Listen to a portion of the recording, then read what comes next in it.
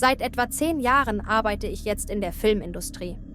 Was ich konkret mache, ist vielleicht nicht das, was man glamourös nennen würde, aber es ist trotzdem großartig, Teil dieser Branche zu sein.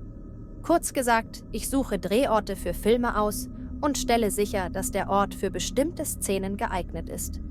Viele meiner Kollegen sind durch die Liebe zum Film in diese Branche eingestiegen. Bei mir begann diese Leidenschaft schon in sehr jungen Jahren. Mein Großvater war in den 60er Jahren ein angesehener Produzent. Er arbeitete mit Legenden wie Audrey Hepburn, Alfred Hitchcock, John Wayne und sogar Elvis Presley zusammen. Als ich noch sehr jung war, unterhielt er meinen Bruder, mich und all unsere Cousins mit wilden und faszinierenden Geschichten über das mystische Hollywood dieser Zeit. Als ich älter wurde, fiel mir jedoch auf, dass meine Großmutter immer ein wenig seufzte und sich unwohl zu fühlen schien, wenn mein Großvater über seine Zeit in der Filmindustrie sprach. Jahre später, als wir bereits Erwachsene waren, starb mein Großvater. Mein Bruder und ich erinnerten uns an einige der Geschichten, die er uns erzählt hatte, und an die seltsame Reaktion unserer Großmutter. Wir machten uns Gedanken und kamen leider zu dem Schluss, dass er während dieser Zeit in Hollywood wahrscheinlich eine Affäre hatte oder etwas Ähnliches. Es ergab einfach Sinn, wenn man bedachte, wie sehr sich meine Großmutter jedes Mal verwandelte, wenn mein Großvater Hollywood erwähnte. Es schien, als ob diese Erinnerungen für sie unangenehm wären.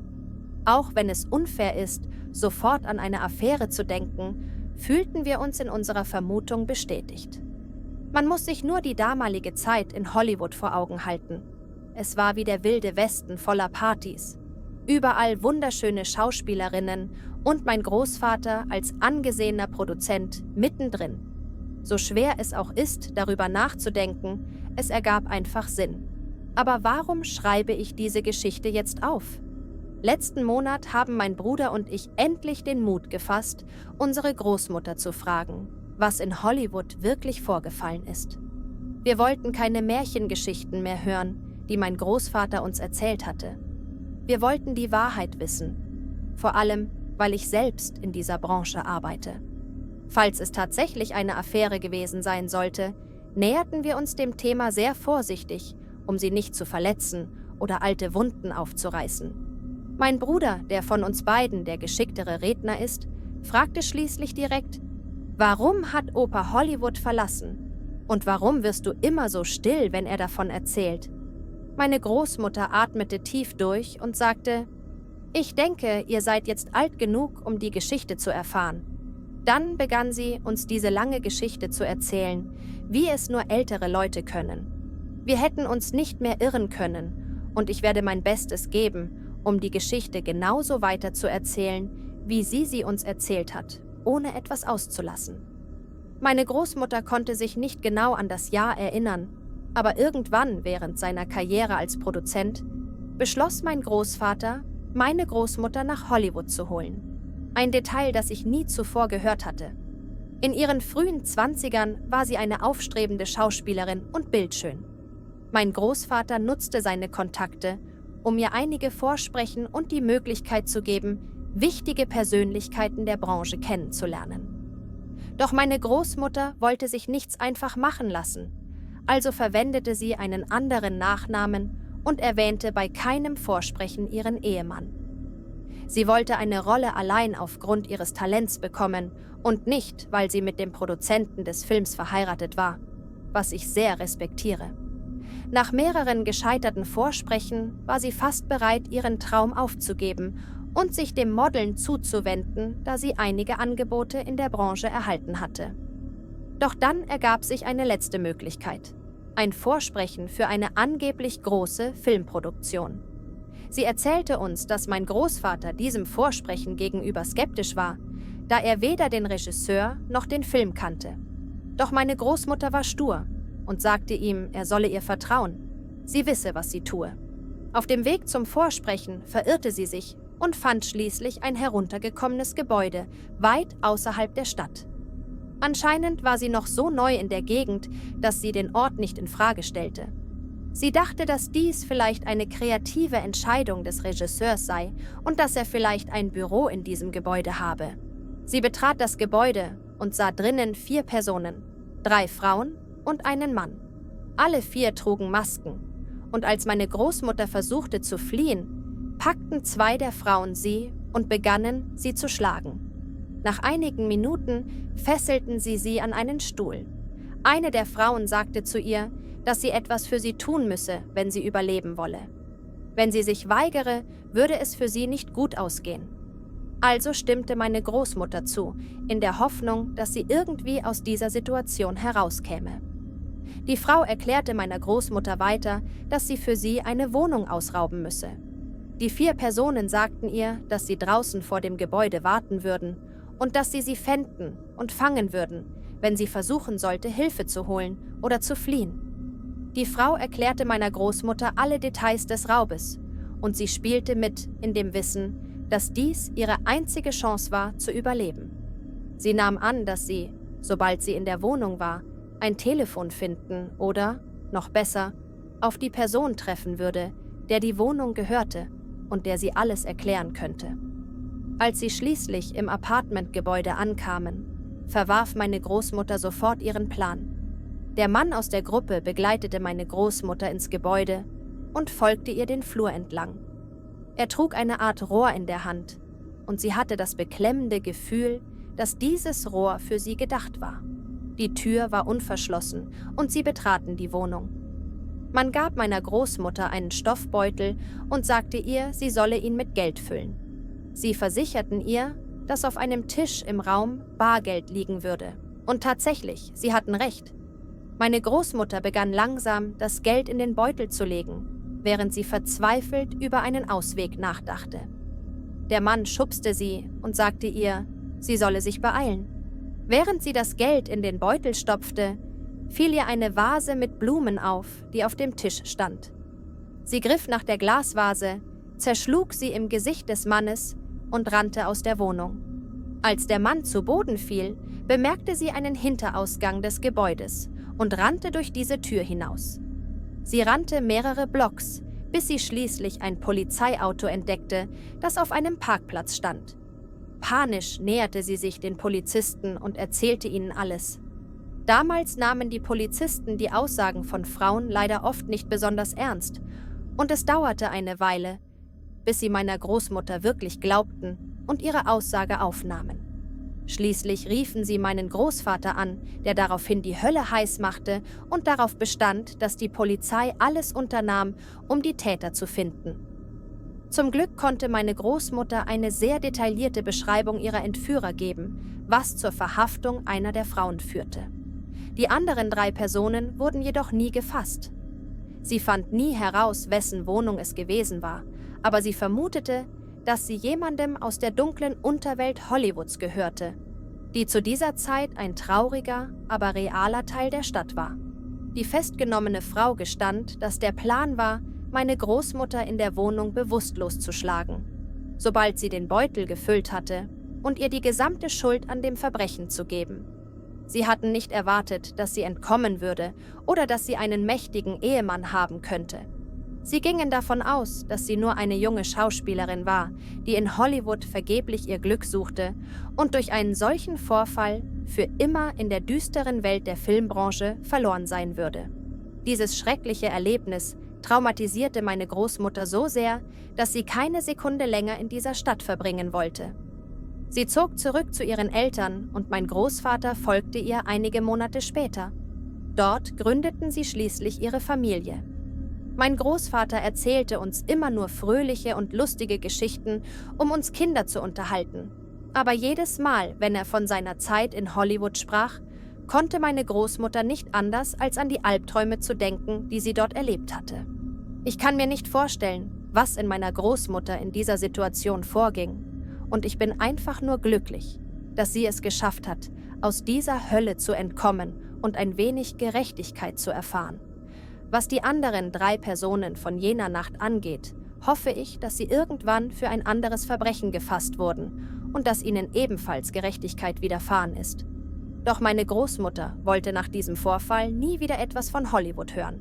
Sie versuchte, alles zu verdrängen und sich auf das Familienleben zu konzentrieren, aber man merkte ihr immer wieder an, dass diese Erlebnisse sie geprägt hatten. Die Jahre vergingen und Hollywood blieb für unsere Familie ein Tabuthema. Meine Großmutter widmete sich mit Leidenschaft ihrer Familie und mein Großvater versuchte, die Wunden zu heilen, indem er seine Karriere hinter sich ließ. Doch tief im Inneren wusste ich immer, dass da mehr war. Die Art und Weise, wie meine Großmutter reagierte, wenn jemand auch nur beiläufig Hollywood erwähnte, ließ mich vermuten, dass sie nie wirklich darüber hinweggekommen war. Ich fragte mich oft, ob es noch mehr Geheimnisse gab, die sie uns nie erzählt hatte. Eines Tages, viele Jahre später, als ich selbst bereits in der Filmbranche arbeitete und Hollywood aus einer völlig anderen Perspektive betrachtete, fragte ich meine Großmutter direkt: Oma, warum bist du wirklich aus Hollywood weggegangen? Was ist damals passiert?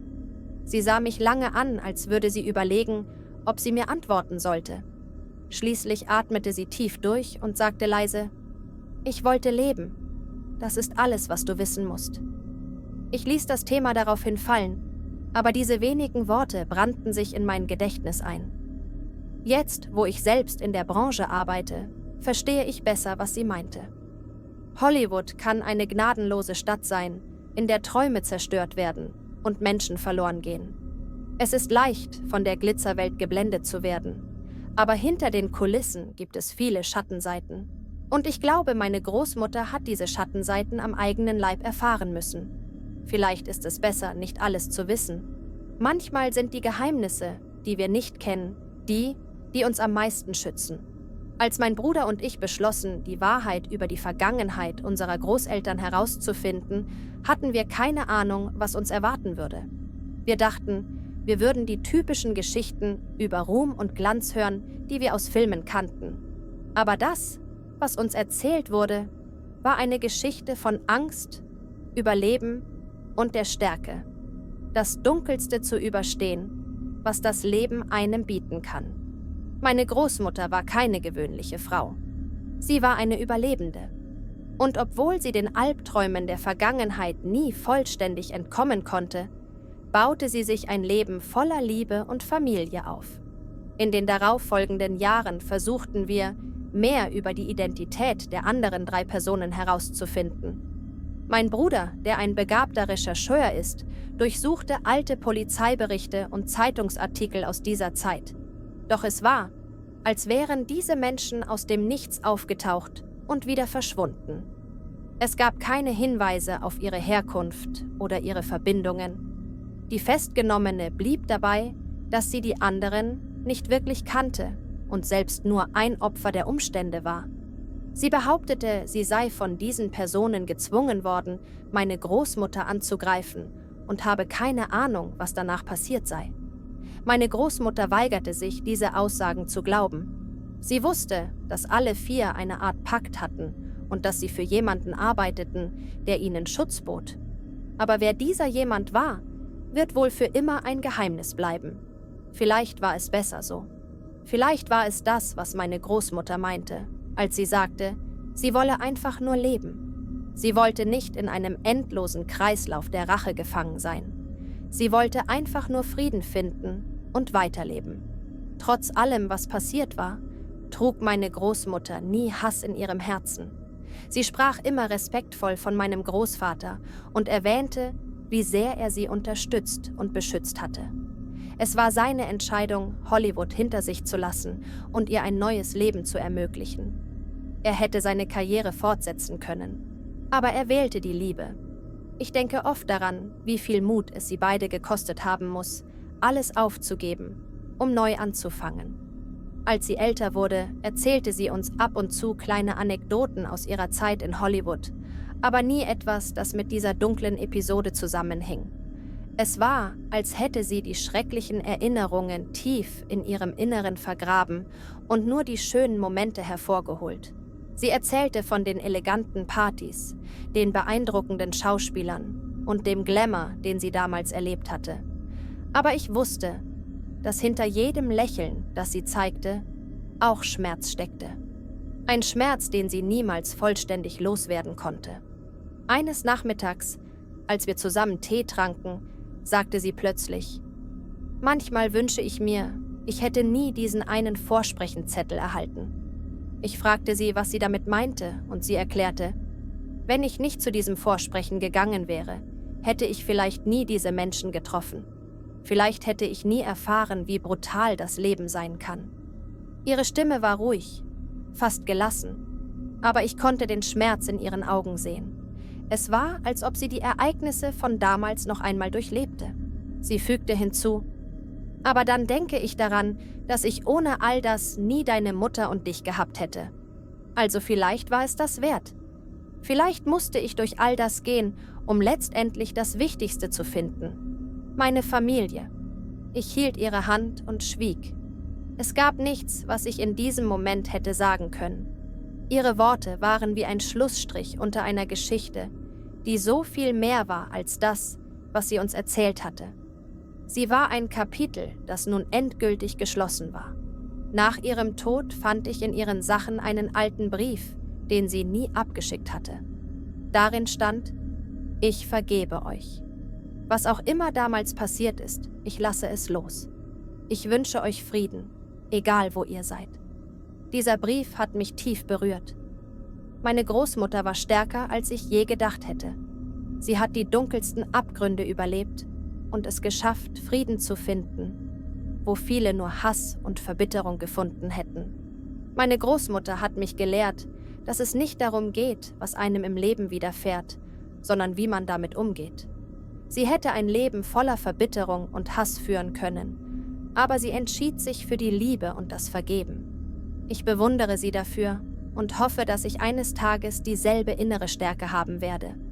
Ich erinnere mich daran, wie sie immer lächelte, auch wenn es keinen Grund dafür gab.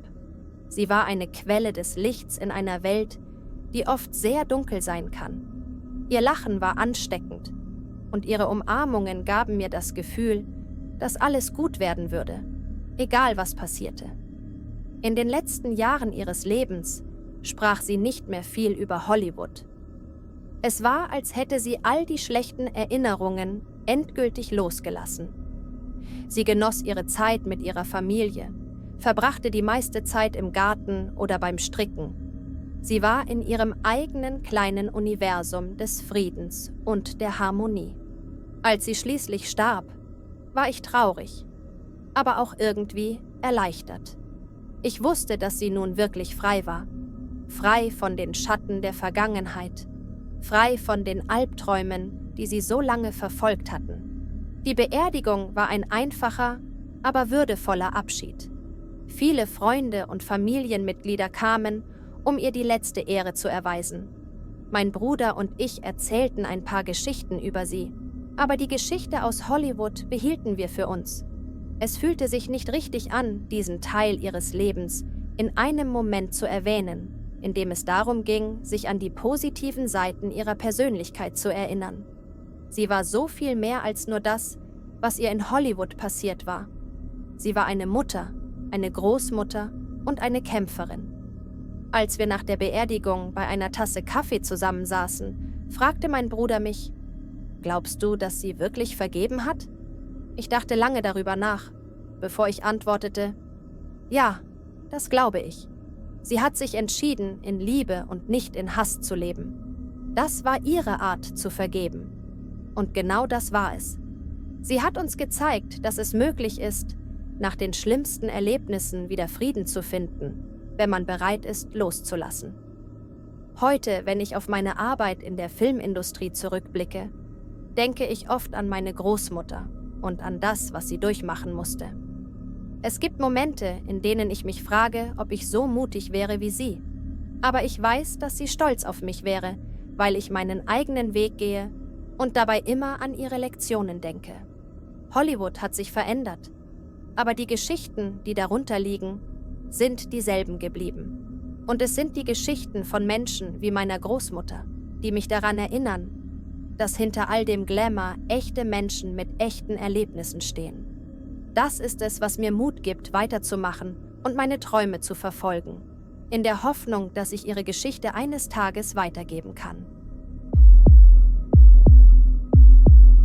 Letzten Monat habe ich meine Großeltern zum ersten Mal seit ein paar Jahren wieder besucht. Ich weiß, das klingt furchtbar, aber meine Großeltern leben am anderen Ende des Landes und es ist einfach schwierig, die Zeit für einen Besuch zu finden. Es war ein Familientreffen und es war unglaublich, die gesamte erweiterte Familie wiederzusehen. Ich traf Cousins, Tanten und Onkel, die ich schon lange nicht mehr gesehen hatte. Meine Großeltern leben auf einem riesigen Bauernhof. Als wir noch jünger waren, wohnten wir nur etwa eine halbe Stunde entfernt. Also sind wir ab und zu vorbeigefahren und haben dort übernachtet. All die Jahre, die ich dort verbracht habe, fühlte ich mich immer sicher und geborgen. Doch wie ich später erfuhr, war ich in Wirklichkeit weit weniger sicher, als ich dachte. Während des Familientreffens, als alle um den Tisch saßen und Geschichten austauschten, erzählte uns mein Großvater eine der beunruhigendsten und erschütterndsten Geschichten, die ich je gehört habe. Eines Nachts, als mein Cousin James und ich bei den Großeltern übernachteten, hatten meine Großeltern einen ungebetenen Besucher. Als mein Großvater anfing, die Geschichte zu erzählen, erinnerte ich mich genau an diese Nacht, denn es war das einzige Mal in meinem ganzen Leben, dass mein Großvater mich angeschrien hat. Der Abend begann wie die meisten Übernachtungen. James und ich spielten draußen, aßen deftigen Eintopf mit extra Soße und tranken Rootbeer, so als wären es echte Biere. Das Bauernhaus hatte eine kleine, aber unheimliche Dachkammer mit einem ausziehbaren Bett und einem kleinen Fernseher, an den wir die Playstation angeschlossen hatten. Wir blieben normalerweise die ganze Nacht wach und spielten Spiele wie Spyro der Drache oder Crash Bandicoot. Es war nicht ungewöhnlich, dass meine Großmutter an die Dachkammertür klopfte und uns bat, leiser zu sein. Das tat sie häufig am Abend. An diesem speziellen Abend dachten wir seien schlau, indem wir alle Lichter ausschalteten und die Lautstärke des Fernsehers ganz leise drehten. Gegen Mitternacht hörten wir ein extrem lautes Geräusch aus dem Erdgeschoss. Wir pausierten das Spiel und starrten uns gegenseitig an.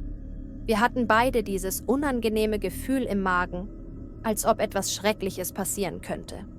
Ich dachte zuerst, dass meine Großeltern vielleicht gestürzt seien, und ich wusste nicht, ob ich mental stark genug wäre, ihnen zu helfen. Wir blieben eine Minute lang still und verspürten eine Mischung aus Erleichterung und Panik, als wir nur Stille hörten.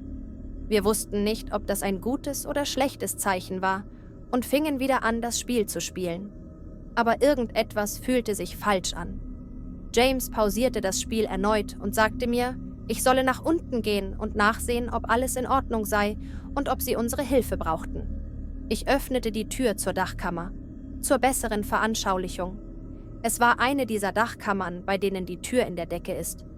Wenn man die Tür öffnet, klappt eine kleine Treppenleiter nach unten. Langsam stieg ich die Stufen hinunter, während ich angestrengt lauschte.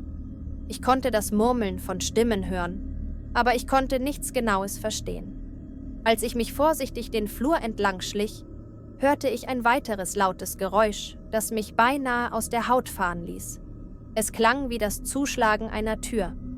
Ich ging weiter, bis ich sah, wie mein Großvater um die Ecke bog, mit einem intensiven Blick in seinen Augen. Er deutete zur Dachkammer und schrie plötzlich, »Jetzt!« so laut er konnte. Ich war verängstigt. Ich hatte meinen Großvater noch nie schreien gehört und ich hatte diesen Ausdruck in seinem Gesicht noch nie gesehen. Das war noch schlimmer als das Schreien. Ich drehte mich um, rannte die Treppe hinauf und schaltete den Fernseher aus. James fragte immer wieder, was passiert sei, und ich sagte ihm immer wieder, er solle den Mund halten, weil Opa sauer auf uns sei. Wir hörten die ganze Nacht über weitere laute Geräusche und Rumpeln, aber wir schliefen schließlich ein. Am nächsten Morgen sahen beide Großeltern erschöpft aus. Sie saßen im Wohnzimmer und tranken Kaffee. Mein Großvater hatte sein Jagdgewehr bei sich, was uns seltsam vorkam. Aber wir dachten uns nicht viel dabei und vergaßen es schnell wieder. Meine Großeltern verhielten sich den ganzen Morgen über sehr merkwürdig, aber danach waren sie wieder wie die gleichen liebevollen Großeltern wie immer. Bis zum Familientreffen erzählten sie uns nie, was in dieser Nacht wirklich passiert war. Dieses erste laute Geräusch, das James und mich besorgt gemacht hatte, war das Geräusch, als ein Eindringling versuchte, die Haustür aufzubrechen. Zunächst hatte mein Großvater ihn verjagt. Als ich jedoch in den Flur gegangen war und das zweite laute Geräusch hörte, war das der Moment, als der Eindringling es geschafft hatte, die Tür tatsächlich zu durchbrechen. Meine Großmutter hatte sich im Kleiderschrank verstecken können, als mein Großvater um die Ecke bog und mich im Flur sah. Er hatte nur das Wort »Jetzt« geschrien, weil er nicht wollte, dass der Eindringling wusste, dass noch jemand anderes im Haus war. Er hoffte einfach, dass das Zeigen zur Dachkammer mir vermitteln würde, dass ich schnellstmöglich dorthin zurückkehren sollte. Zum Glück verstand ich es richtig, aber das lag nur daran, dass ich Angst hatte, ausgeschimpft zu werden. Nachdem ich in die Dachkammer zurückgekehrt und die Tür geschlossen hatte, ging mein Großvater los, um sein Jagdgewehr zu holen. Der Eindringling war zurückgekehrt, aber mein Großvater hatte ihn erfolgreich verscheucht. Er wollte jedoch kein Risiko eingehen, also blieb er die ganze Nacht wach im Wohnzimmer. Er rief schließlich den Sheriff an, der ein guter Freund meines Großvaters war, und erzählte ihm, was passiert war. Er erklärte, dass es keinen Grund gäbe, jemanden zu schicken, und gab ihm im Grunde einen inoffiziellen Bericht über das Telefon. All das geschah, während James und ich oben waren, und wir hatten keine Ahnung, dass unser Leben in Gefahr war. Als ich im Flur stand, war ich nur wenige Meter von diesem Eindringling entfernt und wusste es nicht einmal.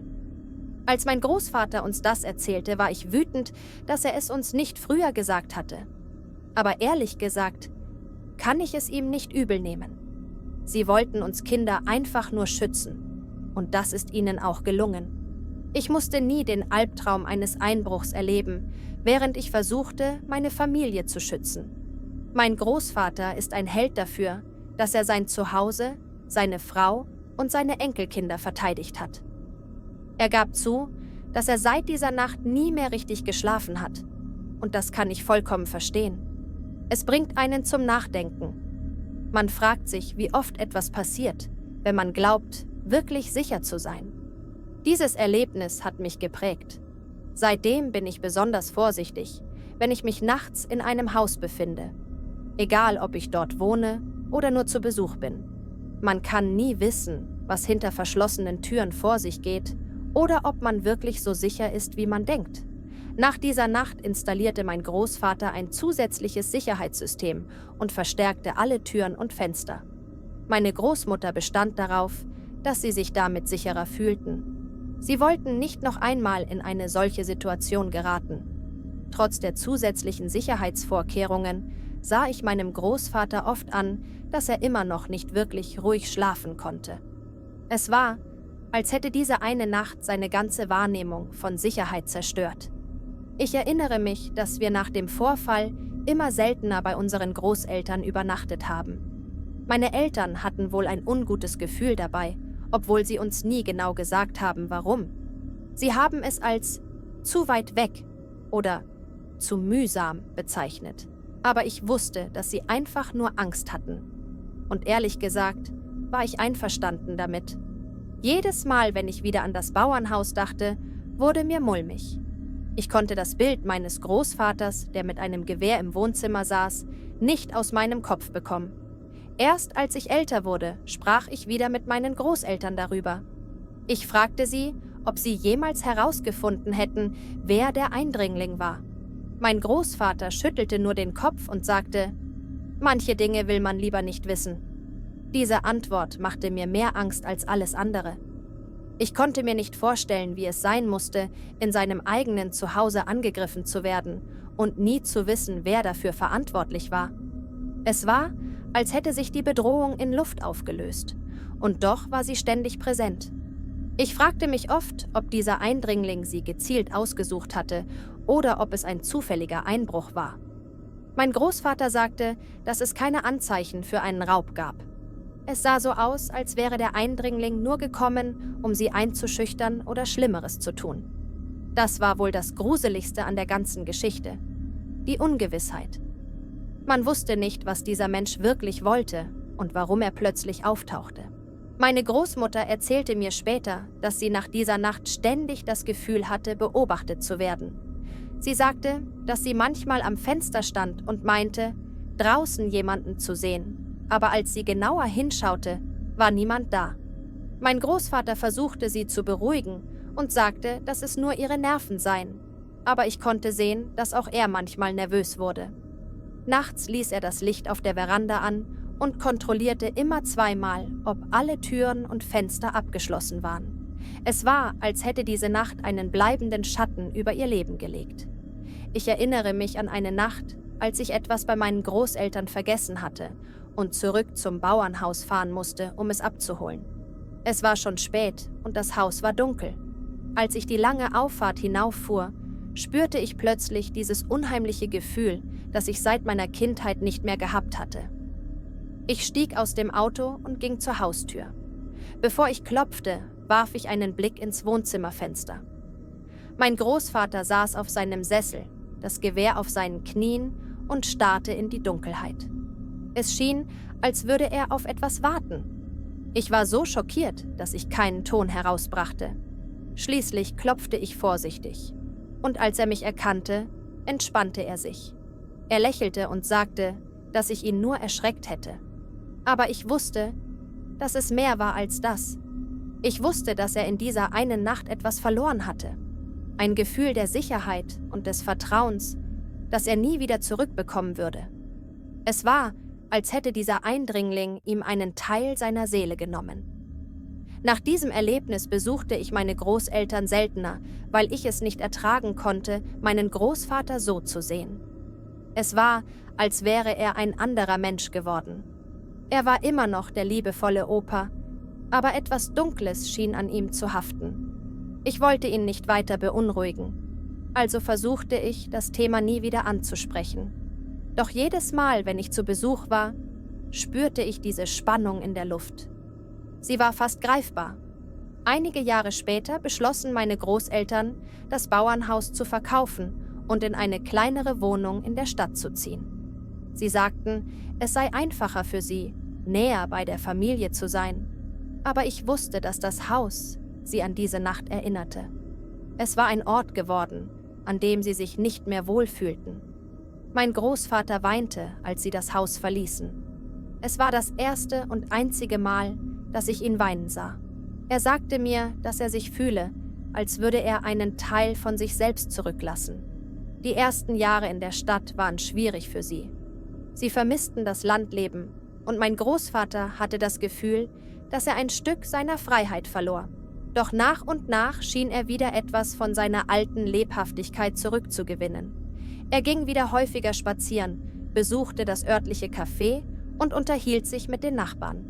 Es war schön zu sehen, dass er wieder etwas mehr Lebensfreude hatte. Doch eines Tages rief mich meine Großmutter panisch an. Sie sagte, dass jemand mitten in der Nacht an ihrer Wohnungstür geklopft hätte. Als sie durch den Spion sah, war niemand da. Sie sagte, dass sie es vielleicht nur geträumt hatte, aber ich konnte die Angst in ihrer Stimme hören. Es war, als hätte der Umzug nichts geändert. Der Schatten der Vergangenheit verfolgte sie immer noch, egal wohin sie gingen. Ich fuhr sofort zu ihnen und blieb die Nacht über. Ich wollte sicherstellen, dass sie sich sicher fühlten. Doch in dieser Nacht passierte etwas Seltsames. Gegen 3 Uhr morgens hörte ich ein leises Klopfen an der Tür. Es war fast zu leise, um es wirklich zu bemerken, aber es war da. Ich schlich zur Tür und schaute durch den Spion. Nichts.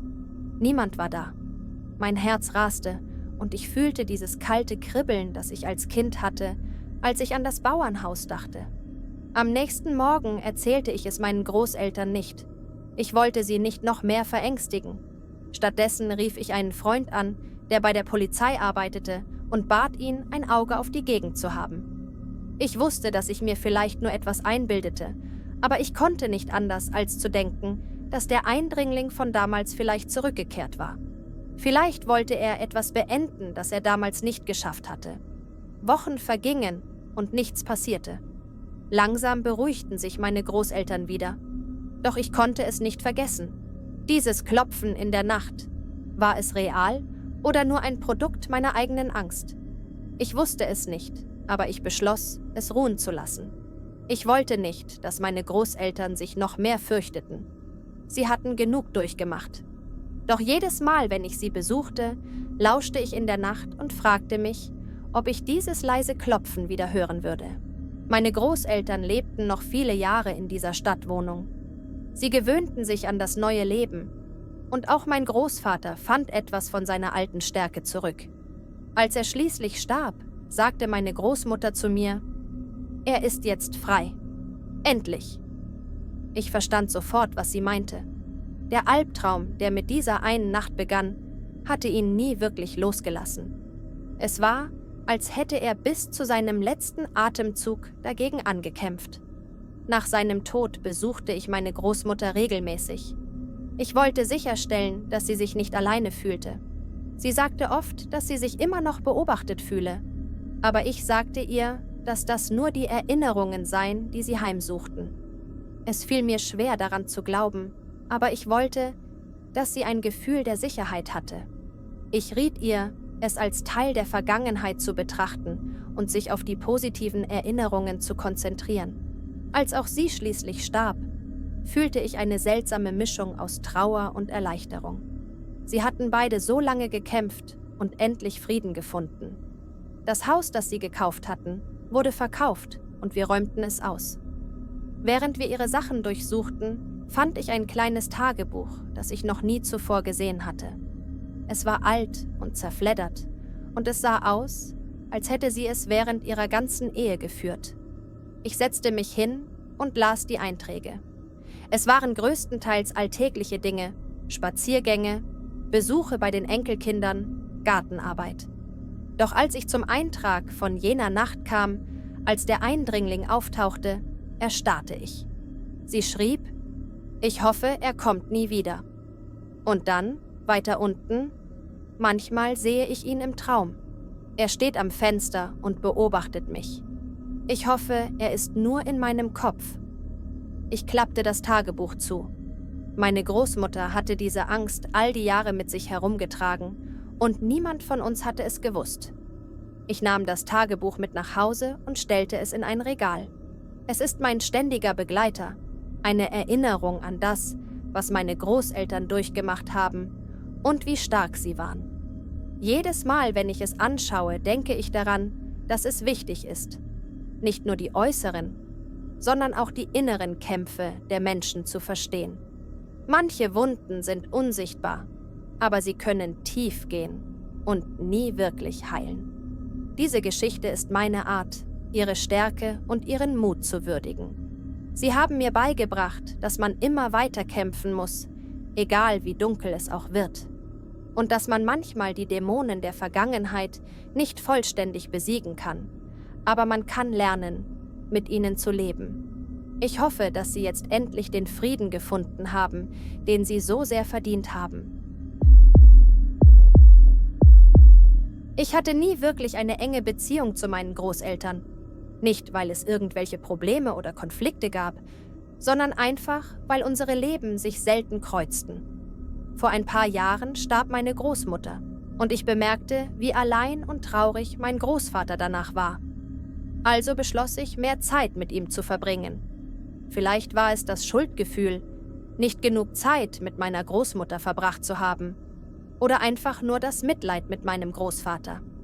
Aus welchem Grund auch immer, ich begann, einmal die Woche bei ihm vorbeizuschauen. Nur um eine Tasse Kaffee zu trinken und ein bisschen zu plaudern. Ich wusste, dass mein Großvater im Krieg gedient hatte, aber ich hatte nie eine Geschichte darüber gehört. Ich war der Meinung, dass er während des Koreakriegs diente, aber ich war mir nicht sicher. Alles, was ich wusste, war, dass er in Deutschland stationiert war und während dieser Zeit in verschiedenen europäischen Ländern diente.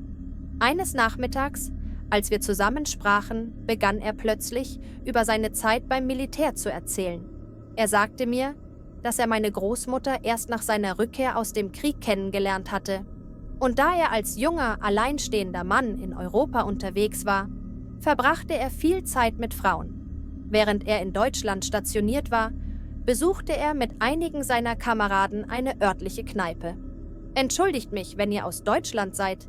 Ich bin mir nicht sicher, was die korrekte Bezeichnung für ein solches Lokal ist, aber ich werde es einfach Kneipe nennen. Während sie dort tranken, lernte er eine Frau namens Irma kennen. Aus der Art und Weise, wie er sie beschrieb, konnte ich erkennen, dass er in sie verliebt war.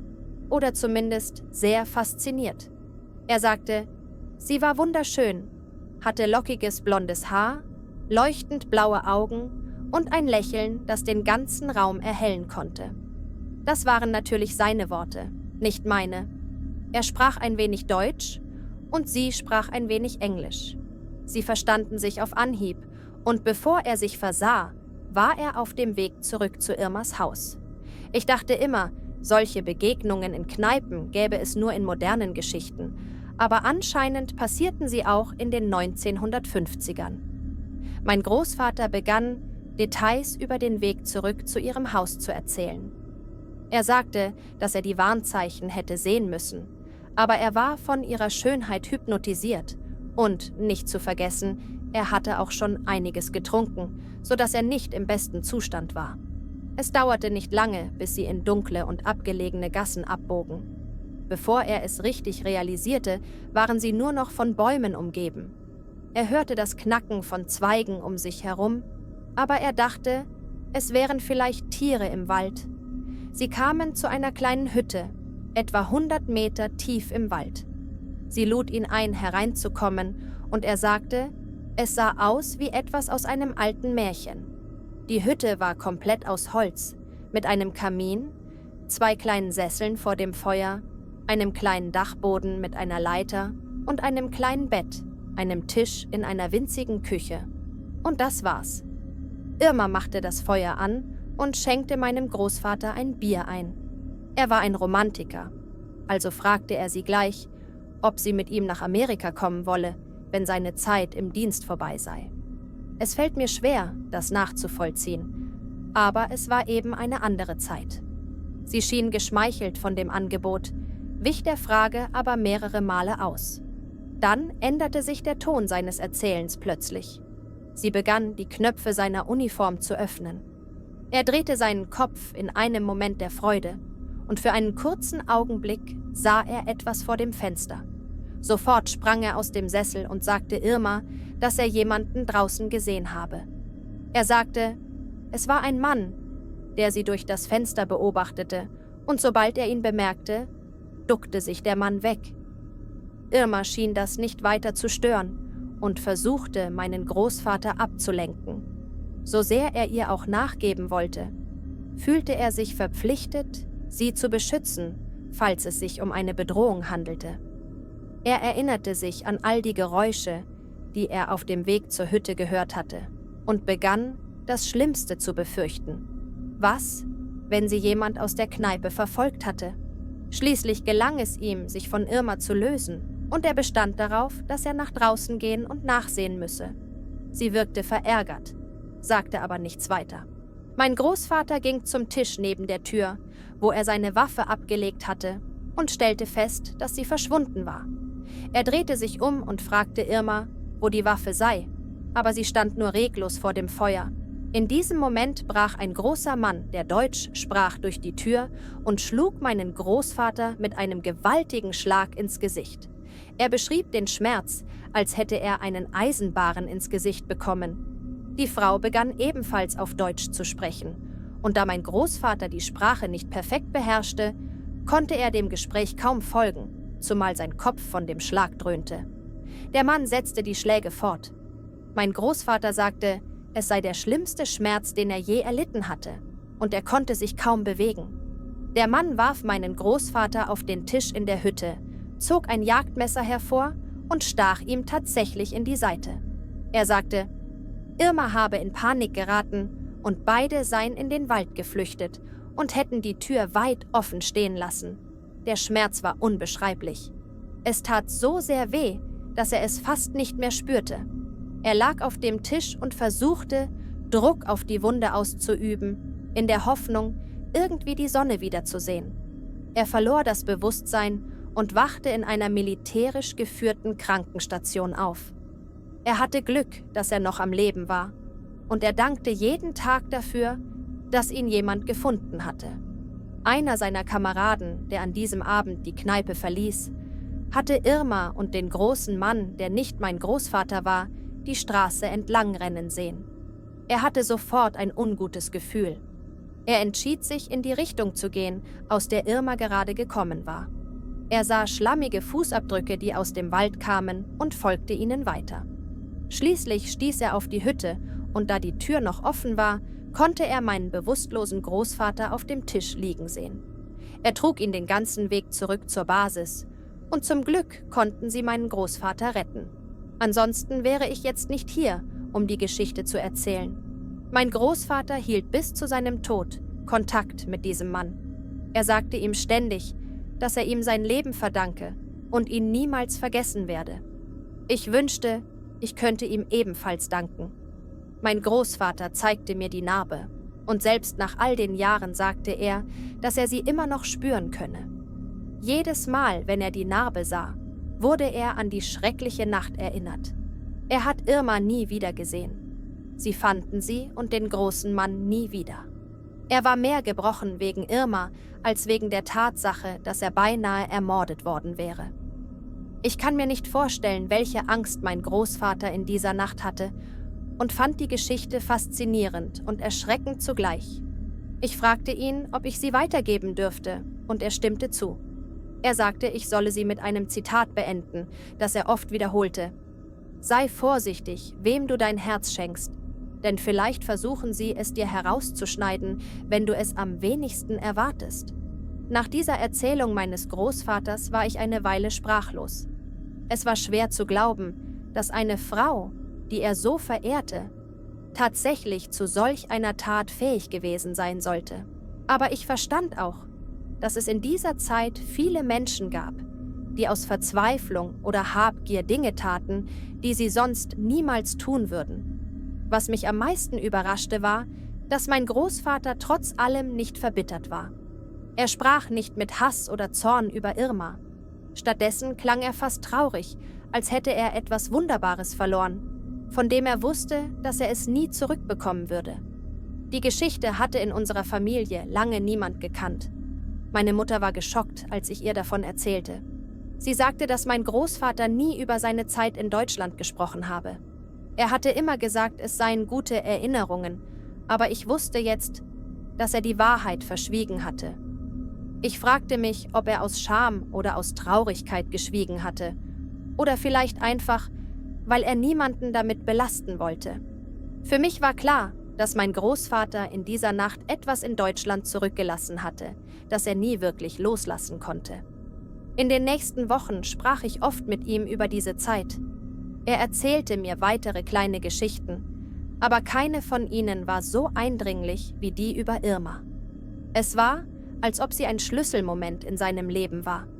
Ich begann darüber nachzudenken, ob ich nach Deutschland reisen sollte, um mehr über Irma herauszufinden. Mein Großvater sagte mir jedoch, dass es besser sei, diese Geschichte ruhen zu lassen. Er sagte, manche Dinge sollten in der Vergangenheit bleiben, damit man nach vorne schauen kann. Ich respektierte seinen Wunsch, doch der Gedanke ließ mich nicht los. Was war mit Irma passiert?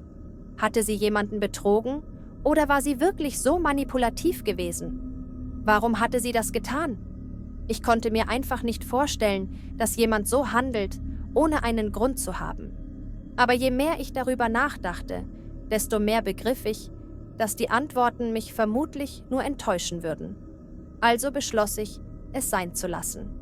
Ich wollte meinem Großvater nicht die Ruhe nehmen, die er sich nach all den Jahren verdient hatte. Mein Großvater lebte noch viele Jahre und wir redeten oft über seine Zeit in Europa. Aber jedes Mal, wenn ich versuchte, das Thema Irma erneut anzusprechen, wechselte er das Gespräch. Er erzählte mir von den Soldaten, die er getroffen hatte, von den Festen, die sie feierten und von den vielen kleinen Abenteuern, die er während seiner Dienstzeit erlebt hatte. Es war, als wollte er mir eine andere Seite seiner Geschichte zeigen. Eine, die weniger schmerzhaft war. Ich verstand das und ließ es so stehen. Als mein Großvater starb, war ich zutiefst traurig. Er war ein großartiger Mensch und ich würde ihn immer als den mutigen und liebevollen Großvater in Erinnerung behalten, der er war.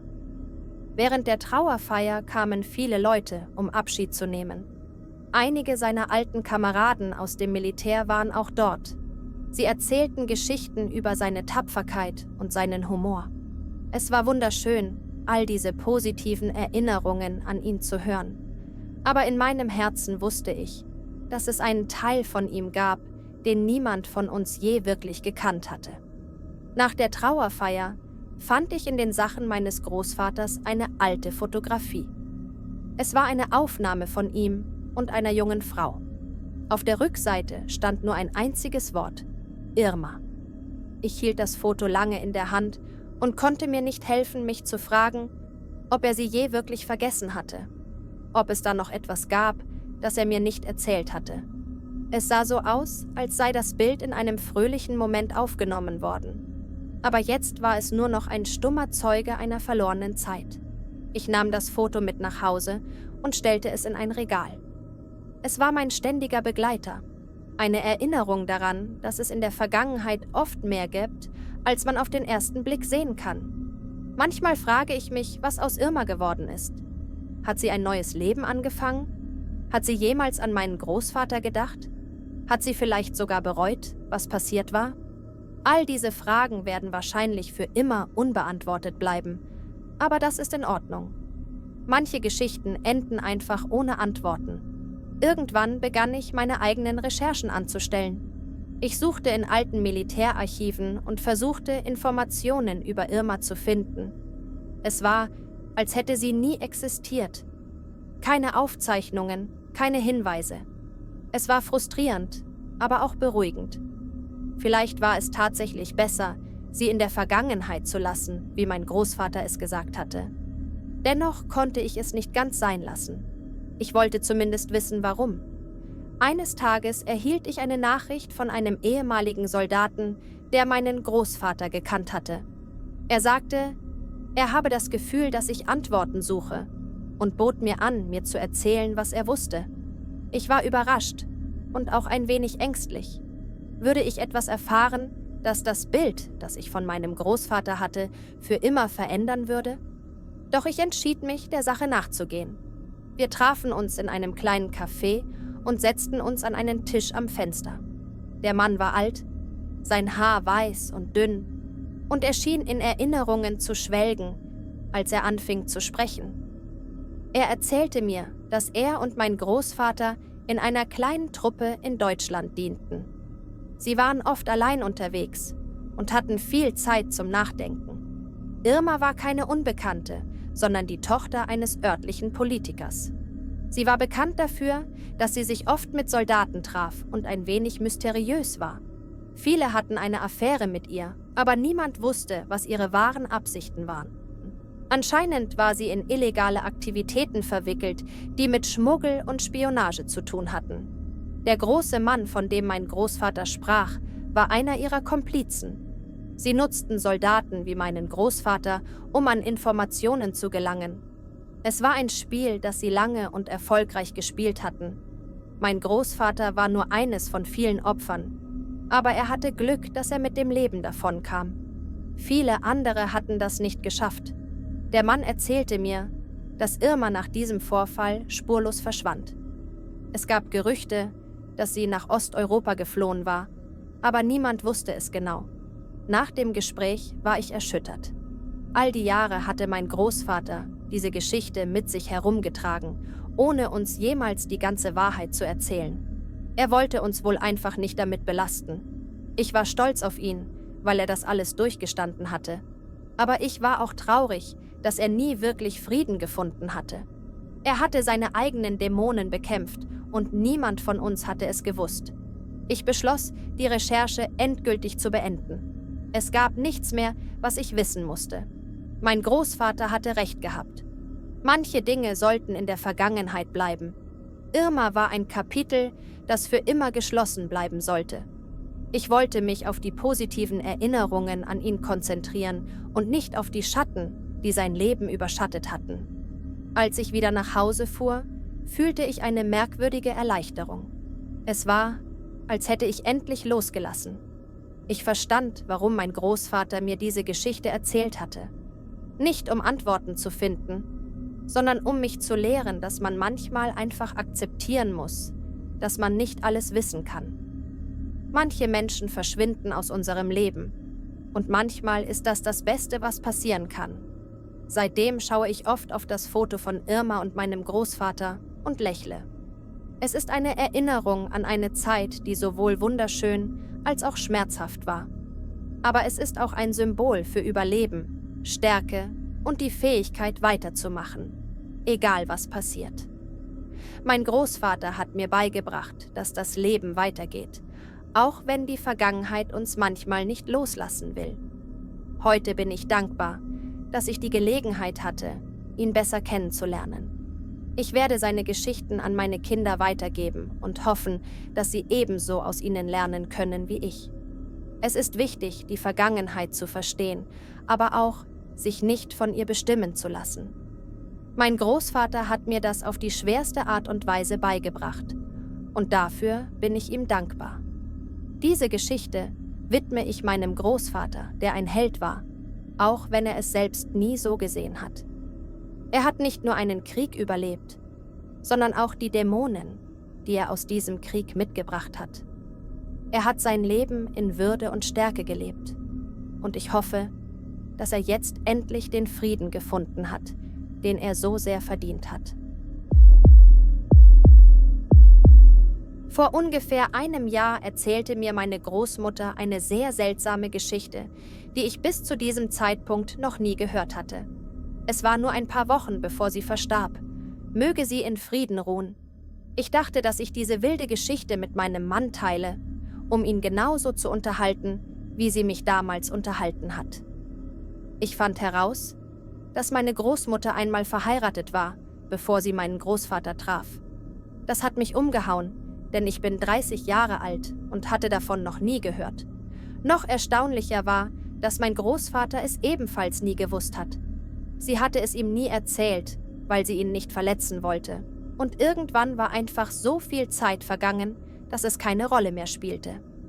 Er war ein gefährlicher Mann, sagte sie. Sie war erst 19 Jahre alt, als sie ihn kennenlernte und fühlte sich zu ihm hingezogen, weil er das Bild des bösen Jungen verkörperte. Sie war noch mehr von ihm angezogen, weil er an ihr interessiert war. Er ließ sie wichtig fühlen. Unter seinen Freunden genoss er Respekt und sogar ein wenig Angst. Und dass gerade dieser Mann Interesse an ihr zeigte, brachte sie völlig um den Verstand. Sie begann mit ihm die Straßen unsicher zu machen. Sein Name war David und er trug seine Zigaretten in den aufgerollten Ärmeln seines Hemdes. Sein Haar war immer perfekt zurückgegelt und wenn er etwas wollte, bekam er es. Sie wusste, dass er manchmal Gewalt anwendete, um seine Ziele zu erreichen, aber er ließ sie immer draußen oder in einem anderen Raum warten, damit sie nichts davon mitbekam. Sie gestand, dass sie die meiste Zeit Angst hatte, aber sie war süchtig nach dieser Angst. Ihr erster Freund, ihre erste Liebe. Sie fühlte sich gefesselt von ihm, auf eine Weise, die nur die erste Liebe verursachen kann. Sie zogen oft um, wohnten in kleinen Pensionen und bezahlten wöchentlich für ein Zimmer. Sie mussten immer in Bewegung bleiben, also waren solche Orte perfekt, da sie jederzeit abhauen konnten. Eines Nachts platzte David plötzlich durch die Tür, voller Wut und mit einem Blick, der meine Großmutter erschaudern ließ. Er brüllte sie an, dass sie nur das Nötigste packen sollte, weil sie sofort verschwinden mussten. Sie war sicher, dass sie Blut auf seinem Hemd und seiner Jeans sah. Sie versuchte, ihn zu beruhigen und wollte wissen, was passiert war.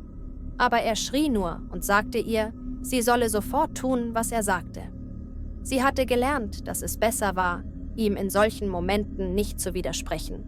Also packte sie eilig ihre Sachen zusammen und sie fuhren los. Stundenlang sagte er nichts. Schließlich fragte meine Großmutter, was passiert sei, und alles, was David antwortete, war: Wir werden niemals über diesen Abend sprechen. Vergiss einfach, dass er jemals passiert ist. So viele schreckliche Dinge, die er getan hatte. Aber an diesem Abend hatte sie das Gefühl, dass etwas wirklich, wirklich falsch war. Sie spürte, dass sie eine Grenze überschritten hatten, aus der es kein Zurück mehr gab.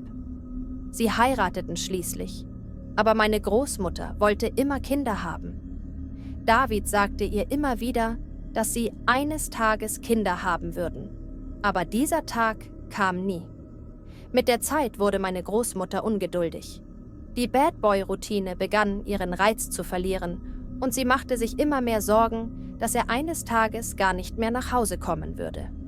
Eines Abends, als sie gemeinsam zu Hause waren, klopfte es an der Tür. Es war ein älterer Mann, den sie nicht kannte. David schrie sie an, dass sie im Schlafzimmer bleiben solle, also lauschte sie mit ihrem Ohr an der Tür. Sie konnte nicht alles verstehen, aber das Gespräch schien angespannt und bedrohlich. Einige Minuten später stürmte David ins Schlafzimmer und sagte, er müsse gehen. Er sagte, er würde später zurückkommen. Sie versuchte, ihn zu beruhigen und zu fragen, wohin er ginge, aber er sagte nichts. Zum ersten Mal sah sie echte Angst in seinen Augen. Sie wartete die ganze Nacht, aber David kam nicht nach Hause. Sie rief nicht die Polizei, weil er ihr immer eingeschärft hatte, egal was passiere, niemals die Polizei zu rufen. Sie entschied, die Dinge selbst in die Hand zu nehmen und spielte Detektivin. Sie durchsuchte ihre kleine Wohnung nach Hinweisen und fand schließlich eine Notiz mit einer Adresse darauf. Am nächsten Morgen machte sie sich auf den Weg.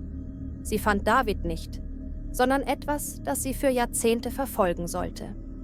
Es war ein verlassenes Lagerhaus, und drinnen fand sie eine grausame Szene vor. Ich werde hier nicht ins Detail gehen, aber ich sage nur so viel. Es war viel Blut und eine Leiche. Meine Großmutter rannte in ein nahegelegenes Geschäft und ließ die Verkäufer die Polizei rufen. Sie behauptete gegenüber den Beamten, dass sie zufällig auf den Tatort gestoßen sei. Sie wusste genau, dass sie David nicht verraten durfte. Das hatte er ihr immer wieder klargemacht. Die Polizei konnte die Leiche nie identifizieren und der Mann blieb für immer ein John Doe. Und falls ihr euch fragt, wie sie davon wusste, einer der Polizisten, der sie an diesem Nachmittag tröstete, war mein zukünftiger Großvater. Daher wollte sie ihm auch nie die ganze Wahrheit sagen. Sie war von Schuldgefühlen geplagt und konnte es ihm nie anvertrauen. Sie löschte jede Spur von David aus ihrem Leben. Es war nicht sofort, aber nach und nach begann sie, Gefühle für meinen Großvater zu entwickeln und schließlich begannen sie, sich zu treffen. Einige Wochen nach dem Vorfall fand sie Frieden mit der Tatsache, dass David nie wiederkommen würde. Jahrelang fragte sie sich, was mit ihm passiert war. War er tot? War er aus dem Land geflohen? Oder wollte er sich einfach nur von ihr trennen? Als ich sie nach Davids Nachnamen fragte, damit ich ihn für sie finden könne, lächelte sie nur und sagte, dass sie vor langer Zeit aufgehört habe, wissen zu wollen, was passiert sei. Sie war überzeugt, dass sie die richtige Entscheidung getroffen hatte, indem sie meinen Großvater geheiratet und eine Familie gegründet hatte. Doch als meine Tante geboren wurde, hatte sie große Angst, dass David sie eines Tages finden würde. Lange Zeit lebte sie in ständiger Furcht, dass David sie beobachtete und dass er im richtigen Moment zuschlagen würde. Jetzt, da sie verstorben ist, werde ich nie wissen, wie sein richtiger Name lautete oder wohin er ging, und vielleicht ist das auch besser so. Es ist unglaublich für mich zu wissen, dass meine Großmutter mit einem Kriminellen verheiratet war, auch wenn es keine offizielle Ehe war. Sie holte eine alte Schachtel aus dem Keller und zeigte mir ihren Ehering und ein Bild von David aus jener Zeit. Es war surreal, sie dabei zu beobachten, wie sie das Foto ansah. Ich konnte in ihren Augen sowohl die Angst als auch die Liebe sehen. Meine arme Großmutter, die Angst, die sie so lange ertragen musste, muss unerträglich gewesen sein. Dieses Kapitel ihres Lebens hatte sie tief geprägt, aber sie fand schließlich den Mut, ein neues Leben zu beginnen. Ich denke oft darüber nach, wie es gewesen wäre, wenn David sie eines Tages wirklich gefunden hätte.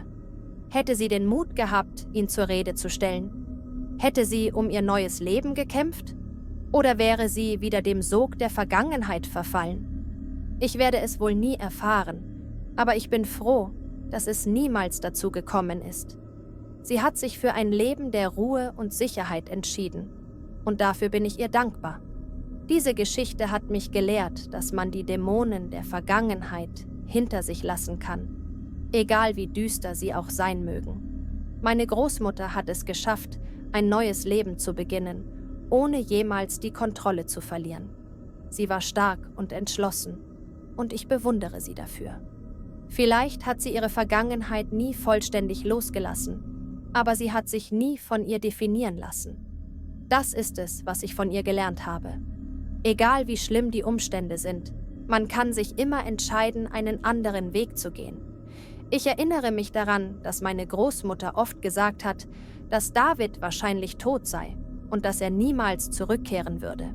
Aber ich konnte diese Gedanken nicht so einfach loswerden. Was, wenn er tatsächlich noch am Leben war? Was, wenn er einfach nur weitergezogen war und sich nie wieder umgedreht hatte? Oder hatte er vielleicht sogar eine neue Familie gegründet? Meine Großmutter war die Art von Frau, die sich über solche Dinge nicht den Kopf zerbrach. Sie sagte immer, was vorbei ist, ist vorbei. Aber ich fragte mich, ob sie wirklich so dachte oder ob sie nur versuchte, sich selbst davon zu überzeugen. Nach dem Tod meiner Großmutter verbrachte ich viel Zeit damit, über ihre Geschichte nachzudenken. Ich wollte mehr über David herausfinden, aber ich hatte keine Anhaltspunkte. Es gab keine Dokumente, keine Fotos, außer dem einen, das sie mir gezeigt hatte. Ich wusste nicht, wo ich anfangen sollte. Irgendwann beschloss ich, den Nachforschungen ein Ende zu setzen und einfach zu akzeptieren, dass einige Geheimnisse für immer ungelöst bleiben sollten. Aber es fiel mir schwer, diese Entscheidung zu akzeptieren. Eine Weile später, als ich die alten Sachen meiner Großmutter durchging, stieß ich auf einen Stapel Briefe. Sie waren in einem alten, verstaubten Schuhkarton versteckt und die Tinte war an einigen Stellen verblasst. Die meisten Briefe waren von meiner Großmutter an meinen Großvater, bevor sie geheiratet hatten. Sie waren voll von Liebe und Zuneigung. Und es war wunderschön zu sehen, wie sehr sie sich geliebt haben. Aber ein Brief stach besonders hervor. Er war an David adressiert. Ich war schockiert, als ich den Umschlag öffnete und den Inhalt las. Der Brief war kurz und direkt. David, ich hoffe, dass du nie wieder in mein Leben trittst. Ich weiß, dass du mich finden kannst, wenn du es willst. Aber ich habe mich für ein anderes Leben entschieden. Bitte lass mich in Frieden. Es war das letzte Puzzleteil, das mir gefehlt hatte. Sie hatte ihm tatsächlich geschrieben und sie wusste, dass er sie immer hätte finden können. Aber sie hatte den Mut, ihn zu bitten, es nicht zu tun. Ich legte den Brief vorsichtig zurück in den Umschlag und dachte lange darüber nach. Nach einer Weile beschloss ich, den Brief zu verbrennen. Ich wollte nicht, dass jemand anders in meiner Familie jemals davon erfährt. Es war ihre Entscheidung gewesen, ihn zu kontaktieren, und es war ihre Entscheidung gewesen, ihn zu vergessen. Ich wollte nicht, dass dieser Brief ihre Erinnerung in irgendeiner Weise trübt. Also setzte ich mich auf die Terrasse, zündete eine Kerze an und hielt den Brief darüber. Die Flammen verschlangen das Papier und ich sah zu, wie die letzten Worte meiner Großmutter in Asche zerfielen. An diesem Abend schlief ich besser als je zuvor. Ich fühlte, als hätte ich sie irgendwie befreit, als hätte ich einen Teil ihres Lebens losgelassen, den sie selbst nicht loslassen konnte. Es war seltsam, aber ich war mir sicher, dass sie irgendwo zusah und mir dankte. Ich wusste, dass ich das Richtige getan hatte. Jetzt konnte ich mich auf die Erinnerungen konzentrieren, die wirklich zählten. Die Erinnerungen an sie als liebevolle Großmutter, die immer für mich da war. Monate später fand ich ein altes Tagebuch meiner Großmutter. Ich hatte es vorher nie bemerkt, weil es in einer Kiste mit alten Rezepten und Zeitungsausschnitten versteckt war. Als ich es aufschlug, sah ich, dass sie es in den Jahren nach Davids Verschwinden geführt hatte. Es war voller Gedanken und Gefühle, die sie offenbar mit niemandem teilen konnte. Ich begann, die Seiten durchzublättern und sah, wie sie oft über ihre Ängste schrieb. Sie fürchtete sich, dass er eines Tages zurückkehren würde, dass er sie finden und ihr alles nehmen würde, was sie sich aufgebaut hatte. Doch mit der Zeit wurden die Einträge positiver. Sie schrieb über ihre wachsenden Gefühle für meinen Großvater, über die Freude, die sie empfand, als meine Mutter geboren wurde, und über das Glück, das sie in ihrem neuen Leben fand. Der Wandel war erstaunlich. Sie hatte sich von der Angst, die sie jahrelang begleitet hatte, befreit und begonnen, wieder Vertrauen zu fassen. Das war der Beweis dafür, dass sie es wirklich geschafft hatte, David hinter sich zu lassen. Es war, als hätte sie die Schatten der Vergangenheit endlich aus ihrem Leben vertrieben. Ich legte das Tagebuch beiseite und fühlte eine tiefe Erleichterung. Meine Großmutter hatte ihren Frieden gefunden und ich war froh, dass ich Zeuge ihrer inneren Reise sein konnte. Ich beschloss, das Tagebuch zu behalten, aber es niemandem zu zeigen. Es war ihre private Welt, und ich wollte sie nicht teilen. Ich wollte nur, dass sie in meinen Gedanken als die starke Frau weiterlebt, die sie war. Als ich das Tagebuch in das Regal zurückstellte, fand ich eine kleine Notiz, die sie offenbar als Lesezeichen benutzt hatte. Auf der Notiz stand: Erinnerungen sind das wertvollste Gut, das wir haben. Sie bestimmen, wer wir sind. Es war, als hätte sie mir noch eine letzte Botschaft hinterlassen. Ich nahm die Notiz und steckte sie in meine Brieftasche. Jedes Mal, wenn ich heute an sie denke, ziehe ich die Notiz heraus und lächle.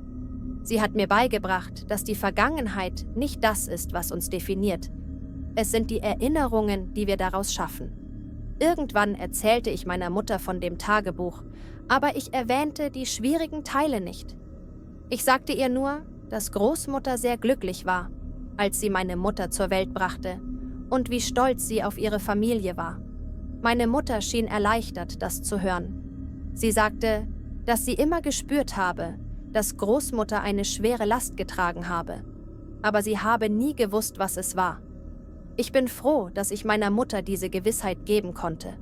Ich denke oft darüber nach, wie anders das Leben meiner Großmutter verlaufen wäre, wenn sie nicht die Kraft gehabt hätte, David zu verlassen. Wäre sie in einer Spirale der Angst und Gewalt gefangen geblieben? Hätte sie jemals den Mut gefunden, zu fliehen? Oder wäre sie eines Tages selbst Opfer geworden? Es ist beängstigend, darüber nachzudenken, aber gleichzeitig bewundere ich sie umso mehr dafür, dass sie sich für ein anderes Leben entschieden hat. Ihre Geschichte hat mir viel über Stärke und Selbstbestimmung beigebracht. Man kann sich entscheiden, nicht in der Dunkelheit zu bleiben, auch wenn die Dunkelheit einen zu umgeben scheint. Meine Großmutter hat mir gezeigt, dass es immer einen Weg nach vorne gibt, egal wie schwierig die Umstände auch sein mögen. Ich bin dankbar, dass ich sie als Vorbild hatte und hoffe, dass ich ihre Lehren eines Tages an meine eigenen Kinder weitergeben kann. Ich erinnere mich daran, dass sie mir einmal sagte: Wenn du dein eigenes Leben nicht in die Hand nimmst, wird es jemand anderes tun. Damals verstand ich nicht, was sie meinte, aber jetzt weiß ich es. Sie hat gelernt, ihr Leben zurückzunehmen, selbst nachdem es von Angst und Unsicherheit beherrscht wurde.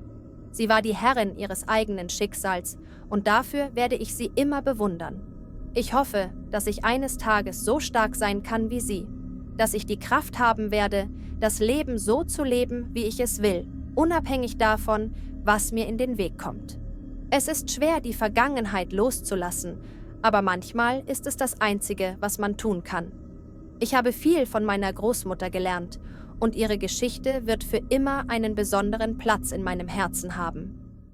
Als sie starb, fühlte ich eine merkwürdige Mischung aus Trauer und Dankbarkeit. Sie hatte ihr Leben gelebt, wie sie es wollte, und am Ende ihren Frieden gefunden. Ich werde sie immer in Erinnerung behalten als die Frau, die mir gezeigt hat, wie stark man sein kann, auch wenn die Welt um einen herum zusammenbricht. Jetzt, wenn ich an David denke, empfinde ich nichts als Mitleid. Er hat so viel verloren, weil er es nicht geschafft hat, sich selbst zu ändern. Aber das ist nicht meine Geschichte. Es ist nicht einmal die Geschichte meiner Großmutter. Es ist nur ein Kapitel, das zum Glück geschlossen wurde. Ich hoffe, dass David irgendwann seinen Frieden gefunden hat, wo immer er auch ist. Und so endet die Geschichte meiner Großmutter. Sie war stark, mutig und entschlossen. Und ich hoffe, dass ich eines Tages auch nur einen Bruchteil ihrer Stärke haben werde. Ruhe in Frieden, Oma. Du wirst immer ein Vorbild für mich sein. Meine Großeltern leben auf einem abgelegenen Bauernhof, weit weg von der nächsten Stadt. Der Hof liegt in einem kleinen Dorf, irgendwo in der ländlichen Region Bayerns. Die Menschen dort leben ein ruhiges und zurückgezogenes Leben und die meisten kennen sich seit ihrer Kindheit. Wenn man in dieser Gegend unterwegs ist, sieht man oft kilometerweit nichts außer endlosen Feldern, vereinzelten Bauernhöfen und ab und zu eine alte Windmühle. So abgeschieden der Hof meiner Großeltern auch liegt, so friedlich und sicher fühlte ich mich immer dort. Als Kind verbrachte ich jede Sommerferien bei ihnen und liebte es, die Tiere zu füttern, im Heu zu spielen und die endlosen Wiesen zu erkunden. Eines Tages, als ich etwa 12 Jahre alt war, erlebte ich jedoch eine Nacht, die ich nie vergessen werde. Mein Cousin Jakob und ich hatten uns entschlossen, das Wochenende bei unseren Großeltern zu verbringen. Es war ein typischer Herbstabend, kühl und klar, und die Dunkelheit legte sich wie ein schwerer Vorhang über die Felder. Wir spielten Verstecken im riesigen alten Getreidespeicher, bis wir vom Heu auf dem Dachboden fast eingeschlafen wären. Als es draußen stockdunkel wurde, rief uns unsere Großmutter hinein. Sie hatte frische Bratkartoffeln mit Zwiebeln und Speck gemacht, ein traditionelles Gericht, das sie immer für uns zubereitete, wenn wir zu Besuch waren. Nach dem Abendessen gingen wir in das kleine Gästezimmer, in dem wir übernachten sollten.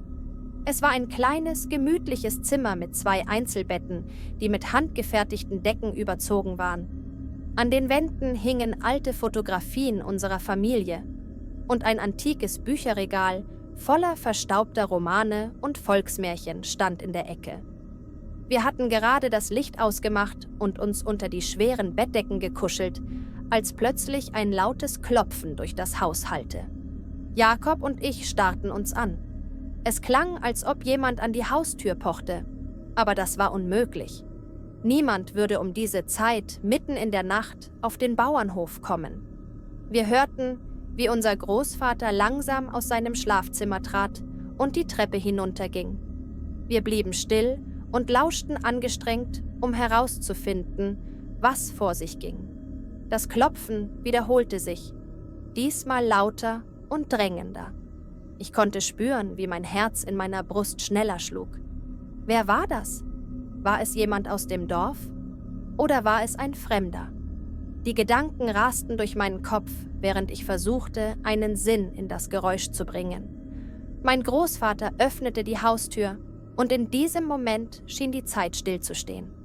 Wir hörten, wie er mit einer tiefen, ruhigen Stimme sprach. Aber die Worte konnte ich nicht verstehen. Es gab ein Murmeln als Antwort. Eine fremde, kratzige Stimme. Mein Großvater rief plötzlich nach unserer Großmutter. Sein Tonfall hatte sich verändert. Es war, als ob er versuchte, ruhig zu bleiben, aber man konnte die Anspannung in seiner Stimme deutlich hören. Meine Großmutter eilte die Treppe hinunter, und dann war alles still. Jakob und ich wagten es nicht, uns zu bewegen. Ich hielt die Bettdecke fest umklammert und hoffte, dass alles nur ein böser Traum war. Nach einigen Minuten des Schweigens hörten wir, wie die Tür geschlossen wurde und Schritte sich wieder nach oben bewegten. Mein Großvater trat ins Gästezimmer und sah uns mit einem ernsten Ausdruck an. »Ihr beiden bleibt heute Nacht hier oben. Geht nicht nach unten, egal was passiert, verstanden?« Wir nickten stumm. Er drehte sich um und verließ das Zimmer. Ich sah zu Jakob hinüber, der genauso verwirrt und verängstigt aussah wie ich. Was war das? Wer war der Besucher? Warum sollten wir nicht nach unten gehen? Die Nacht war lang und unruhig. Immer wieder hörten wir Geräusche von unten. Leises Flüstern, das Knarren von Holzdielen, manchmal ein leises Stöhnen. Jakob und ich flüsterten uns zu, was wir denken könnten, aber keiner von uns hatte eine wirkliche Erklärung. Ich dachte an die Geschichten, die man sich im Dorf erzählte.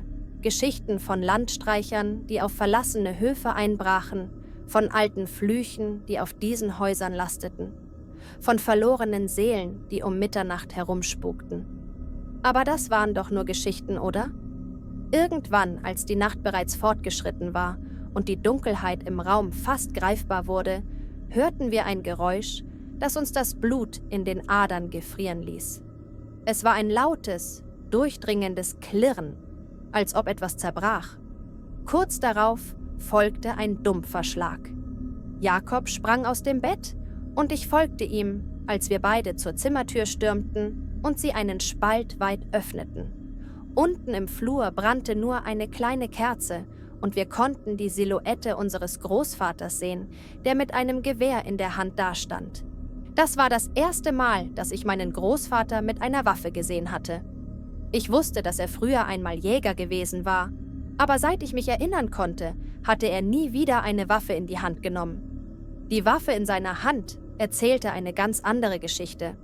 Er schlich durch den Flur, als ob er jemanden suchte, und die Luft schien vor Spannung zu vibrieren. Ich konnte sehen, wie sein Atem in der kalten Nachtluft kleine Wolken bildete. Dann blieb er stehen und blickte in Richtung Küche. Jakob und ich trauten uns nicht zu atmen. Plötzlich sahen wir, wie eine Gestalt aus der Dunkelheit der Küche hervorschoss und auf unseren Großvater zurannte. Es ging alles so schnell, dass ich kaum verstehen konnte, was passierte. Die Gestalt, ein großer Mann, versuchte, ihm die Waffe zu entreißen, und die beiden kämpften miteinander. Mein Großvater taumelte rückwärts, und für einen Moment sah es so aus, als würde er die Kontrolle verlieren. Doch dann ertönte ein ohrenbetäubender Knall und der Mann sackte zusammen. Jakob und ich schrien auf, aber unser Großvater schrie nur: »Bleibt, wo ihr seid!« Wir sahen, wie er sich über den reglosen Körper beugte und etwas überprüfte. Dann drehte er sich langsam zu uns um. Sein Gesicht war schmerzverzerrt, aber er sagte nichts. Nur sein Blick sagte mehr als 1000 Worte. Wir schlossen die Tür und wagten es nicht, uns zu bewegen. Mein Herz hämmerte wild in meiner Brust und ich spürte, wie Jakob zitterte. Was war da gerade passiert? War der Mann tot? Wer war er? Ich wusste es nicht, aber ich wusste, dass nichts mehr so sein würde wie vorher. Am nächsten Morgen saßen wir schweigend am Frühstückstisch. Meine Großmutter hatte uns Frühstück gemacht, aber es schmeckte nach nichts. Mein Großvater war verschwunden und meine Großmutter sagte nur, dass er einige Dinge regeln müsse. Sie sprach kein Wort über das, was in der Nacht geschehen war. Und wir wagten es auch nicht, danach zu fragen. Irgendwann brach Jakob das Schweigen und fragte: »Oma, wer war das letzte Nacht?« Meine Großmutter sah ihn lange an und antwortete schließlich: »Jemand, der hier nichts zu suchen hatte.« Diese Antwort hinterließ ein bedrückendes Schweigen am Tisch. Jemand, der hier nichts zu suchen hatte. Was bedeutete das? War es nur ein Einbrecher gewesen? Oder steckte mehr dahinter? Jakob und ich sahen uns an, aber keiner von uns sagte ein weiteres Wort. Es war, als ob die Luft in der Küche dicker geworden wäre, schwer von unausgesprochenen Ängsten und Fragen. Meine Großmutter stand auf, räumte das Geschirr in die Spüle und sagte, dass wir uns an diesem Tag am besten von der Scheune fernhalten sollten. Sie müsse dort einige Dinge in Ordnung bringen, aber wir sollten uns keine Sorgen machen. Wir verbrachten den Tag damit, durch die Felder zu streifen und so zu tun, als wäre alles normal. Doch nichts fühlte sich normal an. Immer wieder blickte ich zum Bauernhaus zurück, als würde ich jemanden beobachten sehen, aber es war nichts. Mein Großvater kam erst spät am Abend zurück. Er sprach nicht viel, aber man konnte die Müdigkeit und den Schmerz in seinen Augen sehen. Wir saßen alle im Wohnzimmer und ich konnte die unheimliche Stille kaum ertragen. Schließlich fragte ich leise: »Opa, was ist gestern Nacht passiert?« Er sah mich an, als wollte er etwas sagen, hielt dann aber inne. Nach einem langen Moment des Schweigens legte er seine Hand auf meine Schulter und sagte: »Manchmal kommen Dinge aus der Vergangenheit zurück, die besser dort geblieben wären.« Mehr sagte er nicht. Ich verstand nicht ganz, was er meinte, aber ich sah, dass es ihn schmerzte. In dieser Nacht schlief ich unruhig und träumte von fremden Menschen, die im Dunkeln durch das Haus schlichen. Als ich am nächsten Morgen aufwachte, war das Gästezimmer leer. Jakob war bereits aufgestanden und als ich nach unten ging, fand ich meine Großmutter alleine in der Küche vor. Sie lächelte mich an, aber es war ein trauriges Lächeln. »Dein Großvater ist auf dem Feld. Er wird heute nicht zurückkommen«, sagte sie. Ich wusste nicht, was das bedeutete, aber ich nickte nur und setzte mich an den Tisch. Jakob kam bald darauf rein und wir verbrachten den Tag in einer seltsamen Stimmung. Als die Sonne unterging, kam mein Großvater endlich zurück. Er war schmutzig und man konnte sehen, dass er hart gearbeitet hatte. Er setzte sich an den Tisch und sah uns mit einem entschlossenen Blick an. »Hört mir zu, Kinder. Was auch immer ihr letzte Nacht gesehen oder gehört habt, es bleibt unser Geheimnis. Niemand darf davon erfahren. Verstanden?« Wir nickten und ich spürte, wie mein Herz vor Angst raste. Mein Großvater hatte nie so ernst gesprochen. Er war immer der liebevolle, geduldige Mann gewesen, der uns Geschichten erzählte und uns mit Schokolade verwöhnte. Aber jetzt sah ich eine andere Seite von ihm, eine, die ich nicht kannte und die mir Angst machte. Er erklärte uns, dass wir in den nächsten Tagen bei ihm bleiben würden, bis er sicher sei, dass alles wieder in Ordnung war. Was genau in Ordnung bedeutete, wusste ich nicht, aber ich wollte auch nicht fragen. Die nächsten Tage verliefen ruhig. Wir spielten draußen, halfen bei der Arbeit auf dem Hof und taten so, als wäre nichts geschehen. Aber die Erinnerung an diese Nacht blieb, wie ein Schatten, der uns auf Schritt und Tritt verfolgte. In manchen Nächten hörte ich meinen Großvater aufstehen und durch das Haus schleichen. Er überprüfte die Türen und Fenster, als erwartete er, dass jemand zurückkommen würde. Ich fragte mich, ob der Mann, der in jener Nacht zu uns gekommen war, wirklich allein gewesen war. Was, wenn er nur der erste von mehreren war? Was, wenn andere kommen würden? Eines Abends, als ich nicht schlafen konnte, schlich ich mich hinunter und fand meinen Großvater alleine in der Küche sitzen. Auf dem Tisch lag ein alter, abgenutzter Revolver. Er drehte ihn in seinen Händen und schien in Gedanken versunken. Als er mich bemerkte, sah er auf und lächelte schwach. »Du solltest schlafen gehen«, sagte er leise. Aber ich konnte es nicht. Ich setzte mich zu ihm und fragte ihn, »Opa, wer war der Mann wirklich?« Er seufzte tief und legte den Revolver zur Seite. »Es ist eine lange Geschichte, die du vielleicht eines Tages verstehen wirst. Aber jetzt ist nicht der richtige Zeitpunkt.« Er erzählte mir, dass der Mann kein Fremder gewesen war. Er war jemand, den mein Großvater aus seiner Jugend kannte. Jemand, der Ärger und Gewalt in sich trug.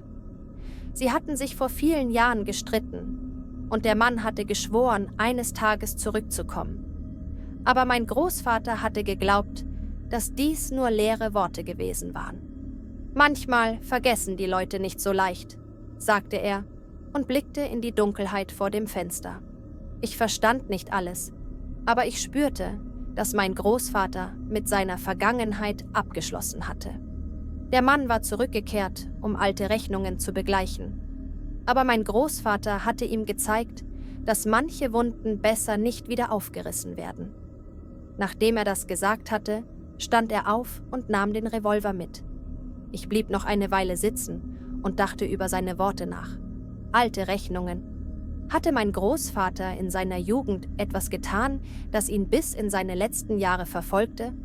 Es war schwer zu glauben, dass dieser liebevolle, gütige Mann in etwas Dunkles verwickelt gewesen sein sollte. Aber ich wusste jetzt, dass es Dinge in seinem Leben gab, die er mir nie erzählen würde. Und vielleicht war das auch besser so. Am nächsten Tag kam ein Polizist auf den Hof. Er sprach lange mit meinem Großvater und ich sah, wie sie ab und zu auf das Haus deuteten. Meine Großmutter hielt mich und Jakob drinnen, während die beiden Männer draußen sprachen. Als der Polizist ging, kam mein Großvater mit einem entspannten Gesichtsausdruck herein. »Alles ist geregelt«, sagte er. Mehr wollte er nicht dazu sagen. Aber in den nächsten Wochen merkte ich, dass etwas anders war.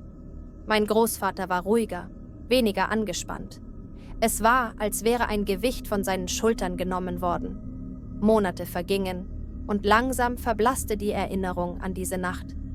Wir kehrten zum normalen Leben zurück und es schien, als wäre alles wieder gut. Aber eines Tages, als ich wieder auf dem Hof war, fand ich in der Scheune eine alte, staubige Truhe. Sie war mit einem Vorhängeschloss gesichert und ich wusste, dass ich sie eigentlich nicht öffnen sollte. Doch die Neugier war zu groß. Ich holte einen alten Draht, den ich in der Werkstatt meines Großvaters gefunden hatte, und versuchte, das Schloss zu knacken. Nach ein paar Versuchen sprang es tatsächlich auf. Drinnen fand ich alte Zeitungen, Fotografien und einige Briefe. Die Zeitungen berichteten von einem Vorfall vor vielen Jahren, bei dem ein junger Mann aus dem Dorf verschwunden war. Ich blätterte durch die Artikel und stieß auf ein Foto meines Großvaters, als er viel jünger war. Die Bildunterschrift lautete: »Ehemaliger Verdächtiger im Fall des vermissten Dorfbewohners.« Mein Herz setzte einen Moment aus. War das der Mann, der in jener Nacht zurückgekehrt war? Hatte mein Großvater etwas damit zu tun gehabt? Ich las die Briefe durch und fand heraus, dass der Mann, der in jener Nacht auf dem Hof gestorben war, tatsächlich der vermisste Dorfbewohner gewesen war. Er war nach all den Jahren zurückgekehrt, um Antworten zu fordern, und mein Großvater hatte ihm gegenübergestanden. Ich wusste nicht, was ich davon halten sollte. Mein Großvater war immer mein Held gewesen, und jetzt stellte sich heraus, dass er eine düstere Vergangenheit hatte, von der ich nie etwas geahnt hatte. Ich legte die Briefe zurück in die Truhe und verschloss sie wieder. Ich sagte niemandem etwas von meinem Fund. Es war eine Last, die ich allein tragen musste. Ich wollte nicht, dass meine Großmutter oder Jakob davon erfuhren. Die Wahrheit hätte alles zerstört, was wir als Familie aufgebaut hatten. Also schwieg ich. Aber jedes Mal, wenn ich meinen Großvater ansah, sah ich nicht mehr nur den liebevollen alten Mann, sondern auch den jungen, entschlossenen Mann auf dem Foto. Der Mann, der bereit gewesen war, für seine Fehler zu bezahlen, aber trotzdem das Leben seiner Familie über alles stellte. In den nächsten Jahren sprachen wir nie wieder über diese Nacht. Mein Großvater und ich behielten unser kleines, unausgesprochenes Geheimnis, und ich lernte, es zu akzeptieren. Er lebte noch viele Jahre, und als er starb, nahm er seine Geheimnisse mit ins Grab. Ich fragte mich oft, was wohl geschehen wäre, wenn der Mann nicht zurückgekehrt wäre. Wäre mein Großvater glücklicher gewesen? Hätte er je Frieden gefunden? Oder war es das, was er brauchte, um endlich mit der Vergangenheit abzuschließen? Ich werde es wohl nie erfahren, aber ich weiß, dass er das Beste getan hat, was er konnte. Manchmal sind die Dinge, die wir tun, nicht eindeutig richtig oder falsch. Manchmal gibt es nur Entscheidungen, und wir müssen mit den Konsequenzen leben. Mein Großvater hat mich das auf die schwerste Weise gelehrt. Er hat mir gezeigt, dass jeder eine zweite Chance verdient, aber auch, dass manche Dinge für immer verborgen bleiben sollten. Jetzt, wenn ich an ihn denke, denke ich an all die schönen Momente, die wir gemeinsam hatten. Die Spaziergänge über die Felder, die Geschichten, die er mir erzählte, die Stunden, die wir im Stall verbrachten. Und ich denke an die Nacht, die alles veränderte. Ich denke an den Mut, den er hatte, sich seiner Vergangenheit zu stellen. Und an die Liebe, die er für seine Familie empfand. Das ist es, was ich von ihm in Erinnerung behalten werde. Diese Geschichte widme ich meinem Großvater. Er war kein perfekter Mensch, aber er war stark und entschlossen.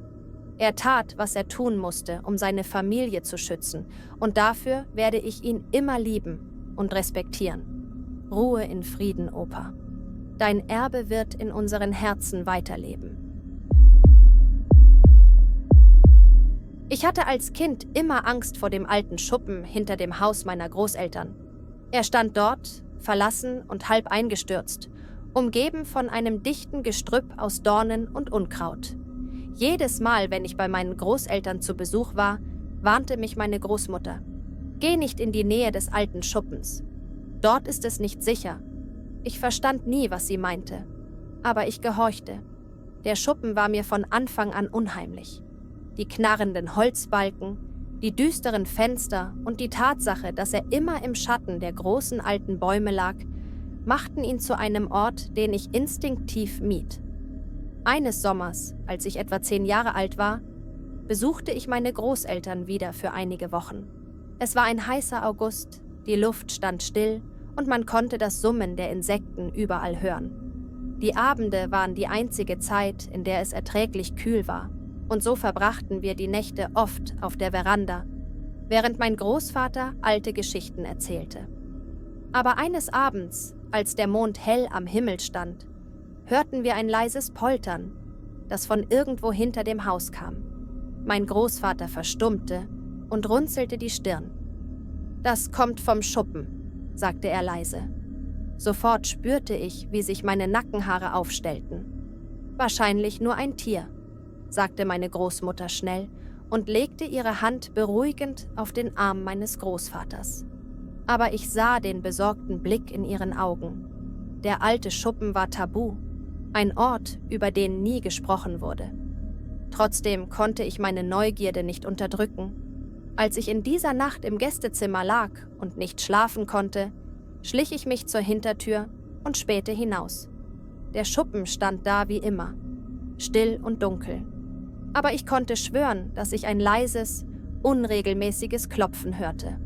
Ich erstarrte, als sich der Mond hinter einer Wolke versteckte und die Welt in tiefe Dunkelheit hüllte. Am nächsten Morgen fragte ich meinen Großvater, was es mit dem Schuppen auf sich habe. Er sah mich lange an, bevor er antwortete: „Das ist nichts für Kinder. Und es ist besser, wenn du nichts darüber weißt." Diese Antwort ließ mich nur noch mehr Fragen stellen. Was war es, das meine Großeltern so sehr fürchteten? Warum sollte ich nicht wissen, was sich in diesem alten, verlassenen Gebäude verbarg? Ich wusste, dass ich es herausfinden musste, egal wie sehr ich mich davor fürchtete. Einige Tage später, als meine Großeltern in die Stadt gefahren waren, beschloss ich, meine Angst zu überwinden und mir den Schuppen genauer anzusehen. Ich schlich durch das hohe Gras. Die Geräusche der Natur schienen um mich herum zu verstummen. Als ich die knarrende Holztür erreichte, hielt ich kurz inne. Sollte ich das wirklich tun? Aber meine Neugier siegte über meine Angst und ich stieß die Tür auf. Der Innenraum war vollgestopft mit alten Werkzeugen, verstaubten Möbeln und zerbrochenen Spiegeln. Doch es war etwas anderes, das meine Aufmerksamkeit erregte. In der Mitte des Raumes lag eine große, hölzerne Kiste, die mit einem alten Vorhängeschloss gesichert war. Die Kiste war groß genug, um einen Menschen darin zu verstecken. Mein Herz begann schneller zu schlagen. Was könnte darin sein? Ich zog am Schloss, aber es bewegte sich nicht. Enttäuscht ließ ich die Kiste los und sah mich weiter um. An den Wänden hingen verblasste Bilder und Zeitungsartikel. Die Gesichter der Menschen auf den Fotos waren traurig, als hätten sie etwas Schlimmes durchgemacht. Eines der Bilder zeigte eine junge Frau, die meiner Großmutter verblüffend ähnlich sah. Darunter stand der Name Elisabeth, gefolgt von einem Datum, das Jahrzehnte zurücklag. Ein Schauer lief mir über den Rücken. Wer war diese Frau? Und warum hing ihr Bild hier? Ich wollte die Kiste öffnen, herausfinden, was sich darin befand. Aber als ich nach einem Werkzeug suchte, um das Schloss zu knacken, hörte ich plötzlich Schritte. Panisch sah ich mich um und rannte aus dem Schuppen, so schnell ich konnte. Hinter mir knarrte die Tür, als würde sie mich verhöhnen. Ich war außer Atem, als ich das Haus erreichte. Und meine Großmutter stand bereits auf der Veranda und sah mich mit zusammengekniffenen Augen an. »Du warst beim Schuppen, nicht wahr?« Ihre Stimme war kalt und ruhig, was sie umso bedrohlicher machte. Ich stammelte eine Entschuldigung, aber sie schüttelte nur den Kopf. »Ich habe dir gesagt, dass du dich fernhalten sollst.« Sie sagte nichts weiter und wandte sich ab, aber ich wusste, dass ich sie enttäuscht hatte. In dieser Nacht hörte ich wieder das Klopfen, diesmal lauter und regelmäßiger. Es klang, als käme es direkt aus der Kiste im Schuppen. Was auch immer darin war, es wollte raus. Doch ich wusste, dass ich es nicht öffnen konnte. Noch nicht. Am nächsten Morgen weckte mich ein lautes Poltern. Mein Großvater stand im Flur und schrie etwas Unverständliches. Ich rannte hinaus und sah, dass die Tür des Schuppens weit offen stand. Jemand war dort gewesen. Mein Großvater nahm sein altes Gewehr aus dem Schrank und stapfte in den Garten hinaus. »Bleib hier«, rief er mir zu, aber ich folgte ihm heimlich. Ich musste wissen, was los war. Als er den Schuppen erreichte, blieb er abrupt stehen. Ich konnte von meiner Position aus nicht alles sehen, aber es war offensichtlich, dass etwas nicht stimmte. Er trat ein paar Schritte zurück und murmelte etwas, das ich nicht verstehen konnte. Dann drehte er sich um und sah mich direkt an. »Geh zurück ins Haus«, befahl er mit scharfer Stimme. Doch ich konnte meinen Blick nicht von dem abwenden, was ich sah. Die Kiste in der Mitte des Raumes war aufgebrochen. Das Schloss lag auf dem Boden und der Deckel war weit geöffnet. Aber die Kiste war leer. Mein Großvater trat vorsichtig in den Schuppen und untersuchte die Kiste genauer. Seine Hand zitterte leicht, als er den Deckel anhob und hineinblickte. Dann drehte er sich zu mir um. »Was hast du getan?« Seine Stimme war ruhig, aber ich konnte die Wut und Panik darin hören. »Ich habe nichts getan, Opa. Ich schwöre es«, rief ich. Aber er glaubte mir nicht. Er sah mich an, als hätte ich etwas Unverzeihliches getan. »Du hast keine Ahnung, was du angerichtet hast«, sagte er leise und legte das Gewehr ab. Ich verstand nicht, wovon er sprach, aber ich spürte, dass ich einen schrecklichen Fehler gemacht hatte. In den nächsten Tagen schien mein Großvater wie besessen. Er verbrachte Stunden im Schuppen, untersuchte die Kiste und sprach mit meiner Großmutter in einem Ton, den ich nie zuvor bei ihm gehört hatte. Sie war ebenfalls besorgt, aber sie sagte mir nichts. Jedes Mal, wenn ich versuchte, Fragen zu stellen, wimmelte sie mich ab. Eines Abends, als ich heimlich lauschte, hörte ich, wie sie flüsterte: »Wir müssen es zurückbringen. Es ist unsere einzige Chance.« Ich verstand nicht, wovon sie sprachen, aber ich wusste, dass ich der Grund dafür war. In jener Nacht schlich ich mich wieder zum Schuppen. Ich musste wissen, was los war. Die Tür stand einen Spalt offen und ich spähte hinein. Mein Großvater stand vor der Kiste und hielt ein altes Foto in der Hand. Ich erkannte darauf die junge Frau von dem Bild, das ich vor einigen Tagen gesehen hatte. »Es war nicht deine Schuld, Elisabeth«, flüsterte er und strich sanft über das Bild. »Du warst einfach zur falschen Zeit am falschen Ort.« Plötzlich schloss sich die Tür des Schuppens mit einem lauten Knall hinter mir. Ich sprang erschrocken auf und drehte mich um. Mein Großvater starrte mich an. »Du solltest nicht hier sein«, sagte er leise, aber in seiner Stimme lag keine Wut mehr. »Es ist Zeit, dass du die Wahrheit erfährst.« Er erzählte mir, dass Elisabeth seine Schwester gewesen war. Sie war vor vielen Jahren auf mysteriöse Weise verschwunden und niemand hatte jemals herausgefunden, was mit ihr geschehen war. Aber mein Großvater hatte immer gewusst, dass es etwas mit dem Schuppen zu tun hatte.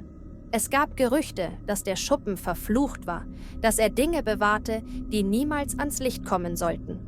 Nachdem Elisabeth verschwunden war, hatten mein Großvater und seine Familie alles versucht, um sie zu finden. Sie hatten die Polizei eingeschaltet, Nachbarn befragt und Suchtrupps organisiert. Aber sie war spurlos verschwunden.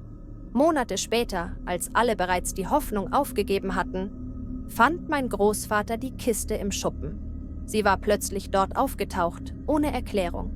Niemand wusste, wer sie gebracht hatte oder warum sie dort war. Aber von dem Moment an wusste er, dass der Schuppen ein Geheimnis verbarg, das niemand entdecken sollte. Mein Großvater erzählte mir, dass er seitdem nie wieder in den Schuppen gegangen war. Er hatte das Schloss an der Kiste angebracht und den Raum verlassen, in der Hoffnung, dass das, was darin war, niemals ans Tageslicht kommen würde. Doch jetzt, da die Kiste offen war, wusste er, dass etwas entkommen war. »Es ist zurückgekehrt, weil es nie richtig gegangen ist«, sagte er leise. Ich verstand nicht, was er meinte, aber ich spürte die Kälte in seiner Stimme. In den folgenden Tagen war mein Großvater wie ausgewechselt. Er sprach kaum noch, verbrachte die meiste Zeit im Schuppen und sah aus, als ob er ständig auf der Hut wäre. Eines Nachts, als der Wind durch die alten Bäume wehte und das Haus knarrte, weckte er mich auf. »Es ist hier«, flüsterte er und hielt mich an den Schultern fest. »Wir müssen es zurückbringen.« Ich hatte keine Ahnung, wovon er sprach, aber er führte mich nach draußen, zum Schuppen. Drinnen stand die Kiste wieder an ihrem Platz, aber sie war nicht leer. Ein schwaches, pulsierendes Licht schimmerte aus ihrem Inneren. »Siehst du das?«, flüsterte er. Ich nickte, obwohl ich nicht verstand, was ich da sah.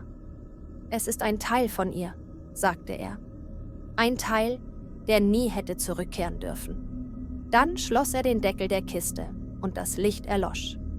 »Es gibt nur einen Weg, es zurückzubringen«, sagte er und nahm das alte Schloss wieder in die Hand. In dieser Nacht zündete mein Großvater ein großes Feuer im hinteren Teil des Grundstücks an. Die Flammen loderten hoch in den Himmel und ich konnte das Knacken des brennenden Holzes hören. Gemeinsam trugen wir die Kiste hinaus und warfen sie in die Flammen. Ich dachte, sie würde sofort Feuer fangen, aber das Holz brannte nicht. Stattdessen begann es zu vibrieren und das schwache Licht schimmerte wieder aus den Ritzen der Kiste. »Warum brennt es nicht, Opa?«, fragte ich. Er sah mich mit traurigen Augen an. weil es nicht einfach verbrannt werden kann. Es ist ein Teil von etwas Größerem, etwas, das tief in diesem Boden verankert ist. Ich verstand seine Worte nicht wirklich, aber ich spürte die Verzweiflung in seiner Stimme. Wir blieben die ganze Nacht draußen und sahen zu, wie die Flammen um die Kiste herum tanzten, aber sie niemals erreichten. Schließlich, kurz vor dem Morgengrauen, hörte das Vibrieren auf. Mein Großvater nahm einen tiefen Atemzug und trat näher an das Feuer heran. Er streckte die Hand aus und berührte den Rand der Kiste. »Es ist vorbei«, sagte er leise. »Zumindest für jetzt.« Ich wusste nicht, ob ich ihm glauben sollte, aber ich fühlte mich plötzlich leichter, als ob eine große Last von meinen Schultern genommen worden wäre. In den folgenden Tagen kehrte langsam wieder Normalität auf den Hof zurück. Mein Großvater sprach nie wieder über den Schuppen oder die Kiste, und ich wagte es auch nicht, ihn danach zu fragen. Es war, als hätte die ganze Sache nie stattgefunden. Aber tief in meinem Inneren wusste ich, dass es nicht vorbei war. Es konnte einfach nicht vorbei sein. Was auch immer wir in dieser Nacht verbrannt hatten, es war immer noch da draußen, irgendwo. Monate vergingen und ich begann, die Ereignisse jener Nacht zu vergessen. Ich kehrte zu meinem normalen Leben zurück und besuchte meine Großeltern nur noch selten. Aber jedes Mal, wenn ich dort war, spürte ich das Kribbeln im Nacken, wenn ich am alten Schuppen vorbeiging. Er stand immer noch dort, verfallen und von Unkraut überwuchert. Aber ich wusste, dass er nicht leer war. Irgendetwas wartete dort drinnen, verborgen in der Dunkelheit, bereit, sich zu zeigen, wenn die Zeit reif war. Viele Jahre später, als mein Großvater bereits gestorben war, kehrte ich noch einmal zum Hof zurück. Meine Großmutter hatte das Haus verkauft und es stand leer. Ich wollte einen letzten Blick auf den Ort werfen, an dem ich so viele Sommer verbracht hatte. Der Schuppen stand noch immer dort, genauso düster und unheimlich wie in meiner Kindheit. Ich wusste, dass ich besser nicht hineingehen sollte, aber etwas zog mich dorthin. Ich musste es tun. Ich musste wissen, ob es wirklich vorbei war. Als ich die knarrende Tür aufschob, schlug mir der vertraute Geruch von altem Holz und Staub entgegen. Die Kiste war weg und der Raum war leer. Aber an der Stelle, an der die Kiste gestanden hatte, war ein tiefer Riss im Boden. Es sah aus, als ob der Boden an dieser Stelle eingebrochen war. Ein kalter Schauer lief mir über den Rücken, als ich mich über den Riss beugte. Tief unten konnte ich ein schwaches, pulsierendes Licht sehen. Es war dasselbe Licht, das ich in der Kiste gesehen hatte. Ich wusste, dass ich weggehen sollte, aber meine Füße bewegten sich wie von selbst. Ich kletterte in den Riss und ließ mich langsam hinab. Die Dunkelheit war erdrückend und das Licht wurde immer intensiver. Schließlich erreichte ich den Boden des Risses und sah, was dort verborgen war. Es war kein einfaches Licht, sondern eine Art Energie, die aus dem Boden zu kommen schien. Ich konnte es nicht erklären, aber es fühlte sich lebendig an, als ob es atmete. Ich streckte die Hand aus und berührte das Licht. Ein seltsames Gefühl durchströmte mich, und plötzlich hörte ich eine Stimme, die leise meinen Namen flüsterte. »Elisabeth«, flüsterte die Stimme. »Komm zurück.« Ich zog meine Hand zurück und stolperte rückwärts. Mein Herz raste, und ich wusste, dass ich hier raus musste. Aber die Stimme hallte in meinem Kopf wieder. »Du hast mich vergessen.« »Aber ich habe dich nicht vergessen.« Panisch kletterte ich aus dem Riss und rannte aus dem Schuppen. Ich stolperte über die alten Holzbretter und rannte so schnell ich konnte zurück zum Haus. Als ich die Veranda erreichte, drehte ich mich um und sah zurück. Der Schuppen stand still da, aber das Licht schimmerte schwach durch die Ritzen. Ich wusste, dass ich nie zurückkehren würde. Egal, was es war. Ich wollte es nie wieder sehen. Jetzt, Jahre später, träume ich manchmal von dem Schuppen und dem Licht. Ich höre immer wieder dieselbe Stimme, die meinen Namen flüstert. »Elisabeth«, flüstert sie, »komm zurück.« Aber ich werde nicht zurückgehen. Nicht jetzt, nicht jemals. Das, was in diesem Schuppen verborgen ist, sollte niemals ans Licht kommen. Es ist besser, wenn es für immer dort bleibt. Tief vergraben unter dem alten Boden, fern von den Augen der Menschen. Ich erinnere mich noch genau an den Tag, an dem meine Familie beschloss, das alte, verlassene Anwesen meiner Urgroßeltern zu verkaufen. Das Haus lag tief im Schwarzwald, umgeben von dichten Bäumen und unwegsamem Gelände. Es war ein Ort, der immer etwas Geheimnisvolles und Bedrohliches an sich hatte. Schon als Kind hatte ich Angst, dort alleine zu sein. Die Wände schienen Geschichten zu flüstern, und die alten, knarrenden Böden erzählten von einer Zeit, die längst vergangen war. Meine Eltern sagten immer, dass es nur Einbildung sei, aber ich wusste, dass dort etwas nicht stimmte. Das Haus war seit Jahrzehnten verlassen.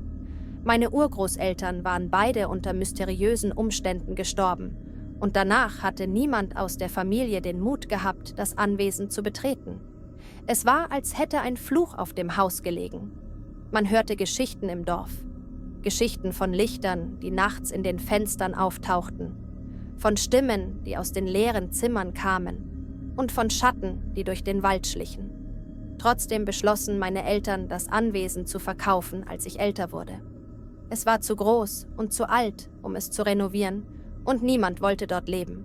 Eines Tages fuhr ich mit meinem Vater und meinem Onkel zu dem Haus, um die letzten Wertgegenstände meiner Urgroßeltern zu holen. Es war ein kühler Herbstmorgen, und der Nebel hing schwer über dem Wald. Als wir die lange, mit Moos bewachsene Einfahrt hinauffuhren, spürte ich, wie mein Herz schneller schlug. Das Haus sah genauso aus wie in meiner Erinnerung. Groß, dunkel und irgendwie bedrohlich. Die Fenster waren mit Brettern vernagelt und das Dach war an mehreren Stellen eingestürzt. Aber das Schlimmste war die Stille. Es gab keine Geräusche, kein Vogelzwitschern, kein Rascheln der Blätter. Nichts. »Mach dir keine Sorgen«, sagte mein Vater und legte mir beruhigend eine Hand auf die Schulter. »Wir holen nur ein paar Sachen und sind dann gleich wieder weg.« Aber ich konnte die Angst in seiner Stimme hören. Auch er fühlte sich nicht wohl hier, das wusste ich. Wir stiegen aus dem Auto und gingen zur Haustür. Mein Onkel schloss die Tür auf und wir traten ein. Der Geruch von Moder und Staub schlug mir entgegen. Es sah aus, als hätte seit dem Tod meiner Urgroßeltern niemand mehr das Haus betreten. Alles war noch genauso wie früher. Die alten Möbel, die verstaubten Bilder an den Wänden, die abblätternde Tapete. Während mein Vater und mein Onkel in den oberen Stockwerken nach Wertgegenständen suchten, blieb ich im Wohnzimmer stehen und sah mich um. Das große Kaminzimmer war immer der Mittelpunkt des Hauses gewesen. Hier hatte sich die Familie zu Weihnachten versammelt. Hier hatten wir als Kinder gespielt. Doch jetzt schien der Raum kalt und leer. Ich ging zum alten Kamin und betrachtete die Fotos auf dem Sims. Da war ein Bild meiner Urgroßmutter, wie sie in der Küche stand und lachte. Ein anderes zeigte meinen Urgroßvater bei der Ernte im Garten. Aber eines der Bilder kannte ich nicht. Es zeigte einen fremden Mann, der auf der Veranda des Hauses stand.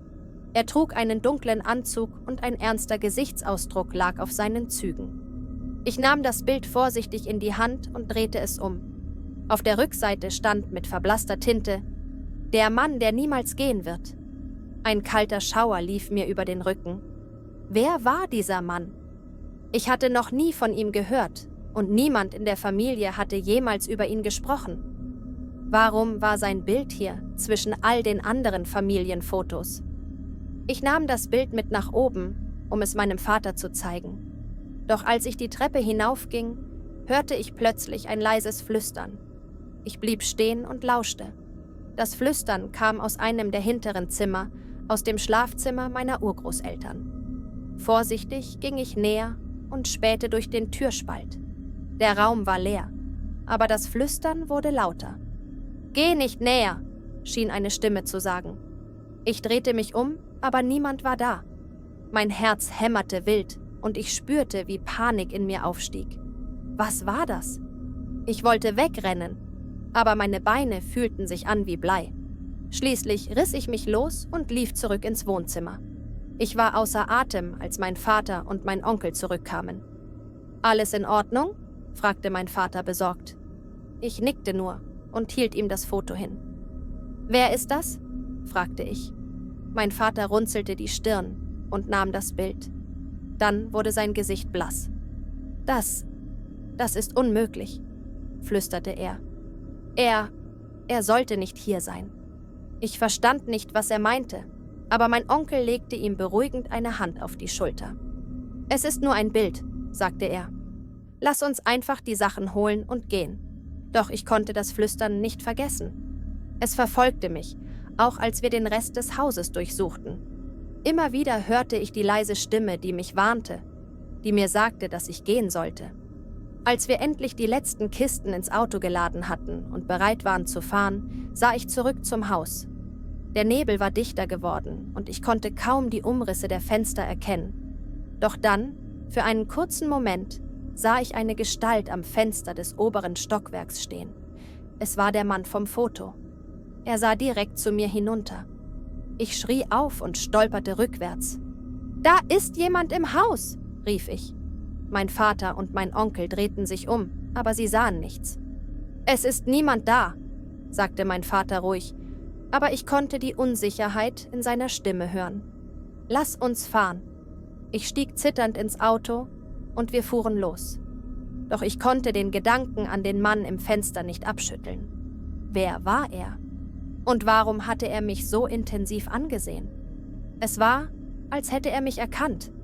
Die nächsten Wochen vergingen in einem seltsamen Nebel aus Angst und Verwirrung. Ich konnte das Bild des Mannes nicht vergessen. Jedes Mal, wenn ich die Augen schloss, sah ich ihn vor mir. Sein Blick schien mir etwas sagen zu wollen, aber ich verstand es nicht. Ich begann, von ihm zu träumen. In meinen Träumen stand er immer im oberen Stockwerk des Hauses und winkte mich zu sich. Doch jedes Mal, wenn ich näher kam, verschwand er.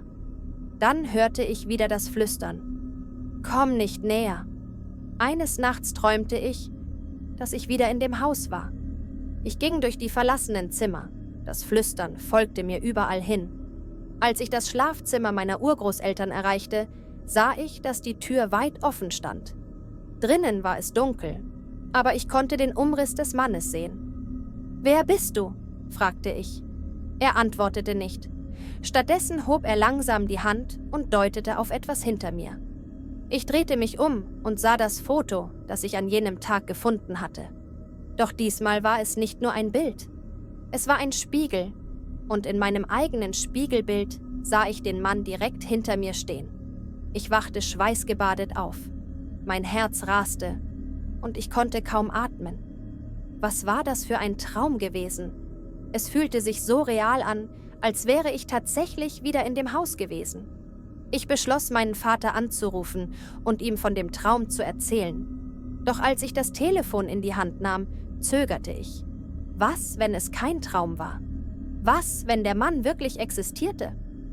Schließlich legte ich das Telefon wieder weg und versuchte, mich zu beruhigen. In den folgenden Tagen versuchte ich, das Ganze zu vergessen, aber es ließ mich einfach nicht los. Ich recherchierte über das alte Anwesen meiner Urgroßeltern, um herauszufinden, ob es irgendwelche Aufzeichnungen über den Mann auf dem Foto gab. Es war, als hätte er nie existiert. Keine Erwähnung, keine Bilder, nichts. Doch dann stieß ich auf eine alte Zeitung aus den 1930er Jahren, die von einem mysteriösen Verschwinden in der Gegend berichtete. Ein Mann, der nur als »der Fremde« bekannt war, soll im Wald gesehen worden sein, bevor er spurlos verschwand. Die Beschreibung passte perfekt zu dem Mann auf dem Foto. Ich zeigte meinem Vater die Zeitung, aber er wollte nichts davon hören. Manche Dinge sollten besser in der Vergangenheit bleiben, sagte er nur und schob die Zeitung weg. Ich wusste, dass er mir etwas verheimlichte, aber ich wollte ihn nicht drängen. Doch die Nächte wurden schlimmer. Das Flüstern wurde lauter, die Träume intensiver. Der Mann war überall. Egal wohin ich ging, ich konnte seinen Blick spüren, konnte seine Gestalt im Augenwinkel erkennen. Es war, als hätte ich ihn geweckt, als hätte ich etwas geöffnet, das nie geöffnet werden sollte. Eines Nachts beschloss ich, zum Haus zurückzukehren. Ich musste wissen, wer dieser Mann war und warum er mich verfolgte. Als ich die lange Auffahrt hinauffuhr, spürte ich, wie sich meine Hände am Lenkrad verkrampften. Der Nebel war wieder da, dick und undurchdringlich.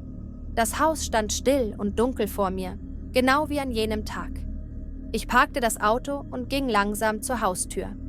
Sie war nicht verschlossen. Langsam drückte ich die Tür auf und ein kalter Luftzug schlug mir entgegen.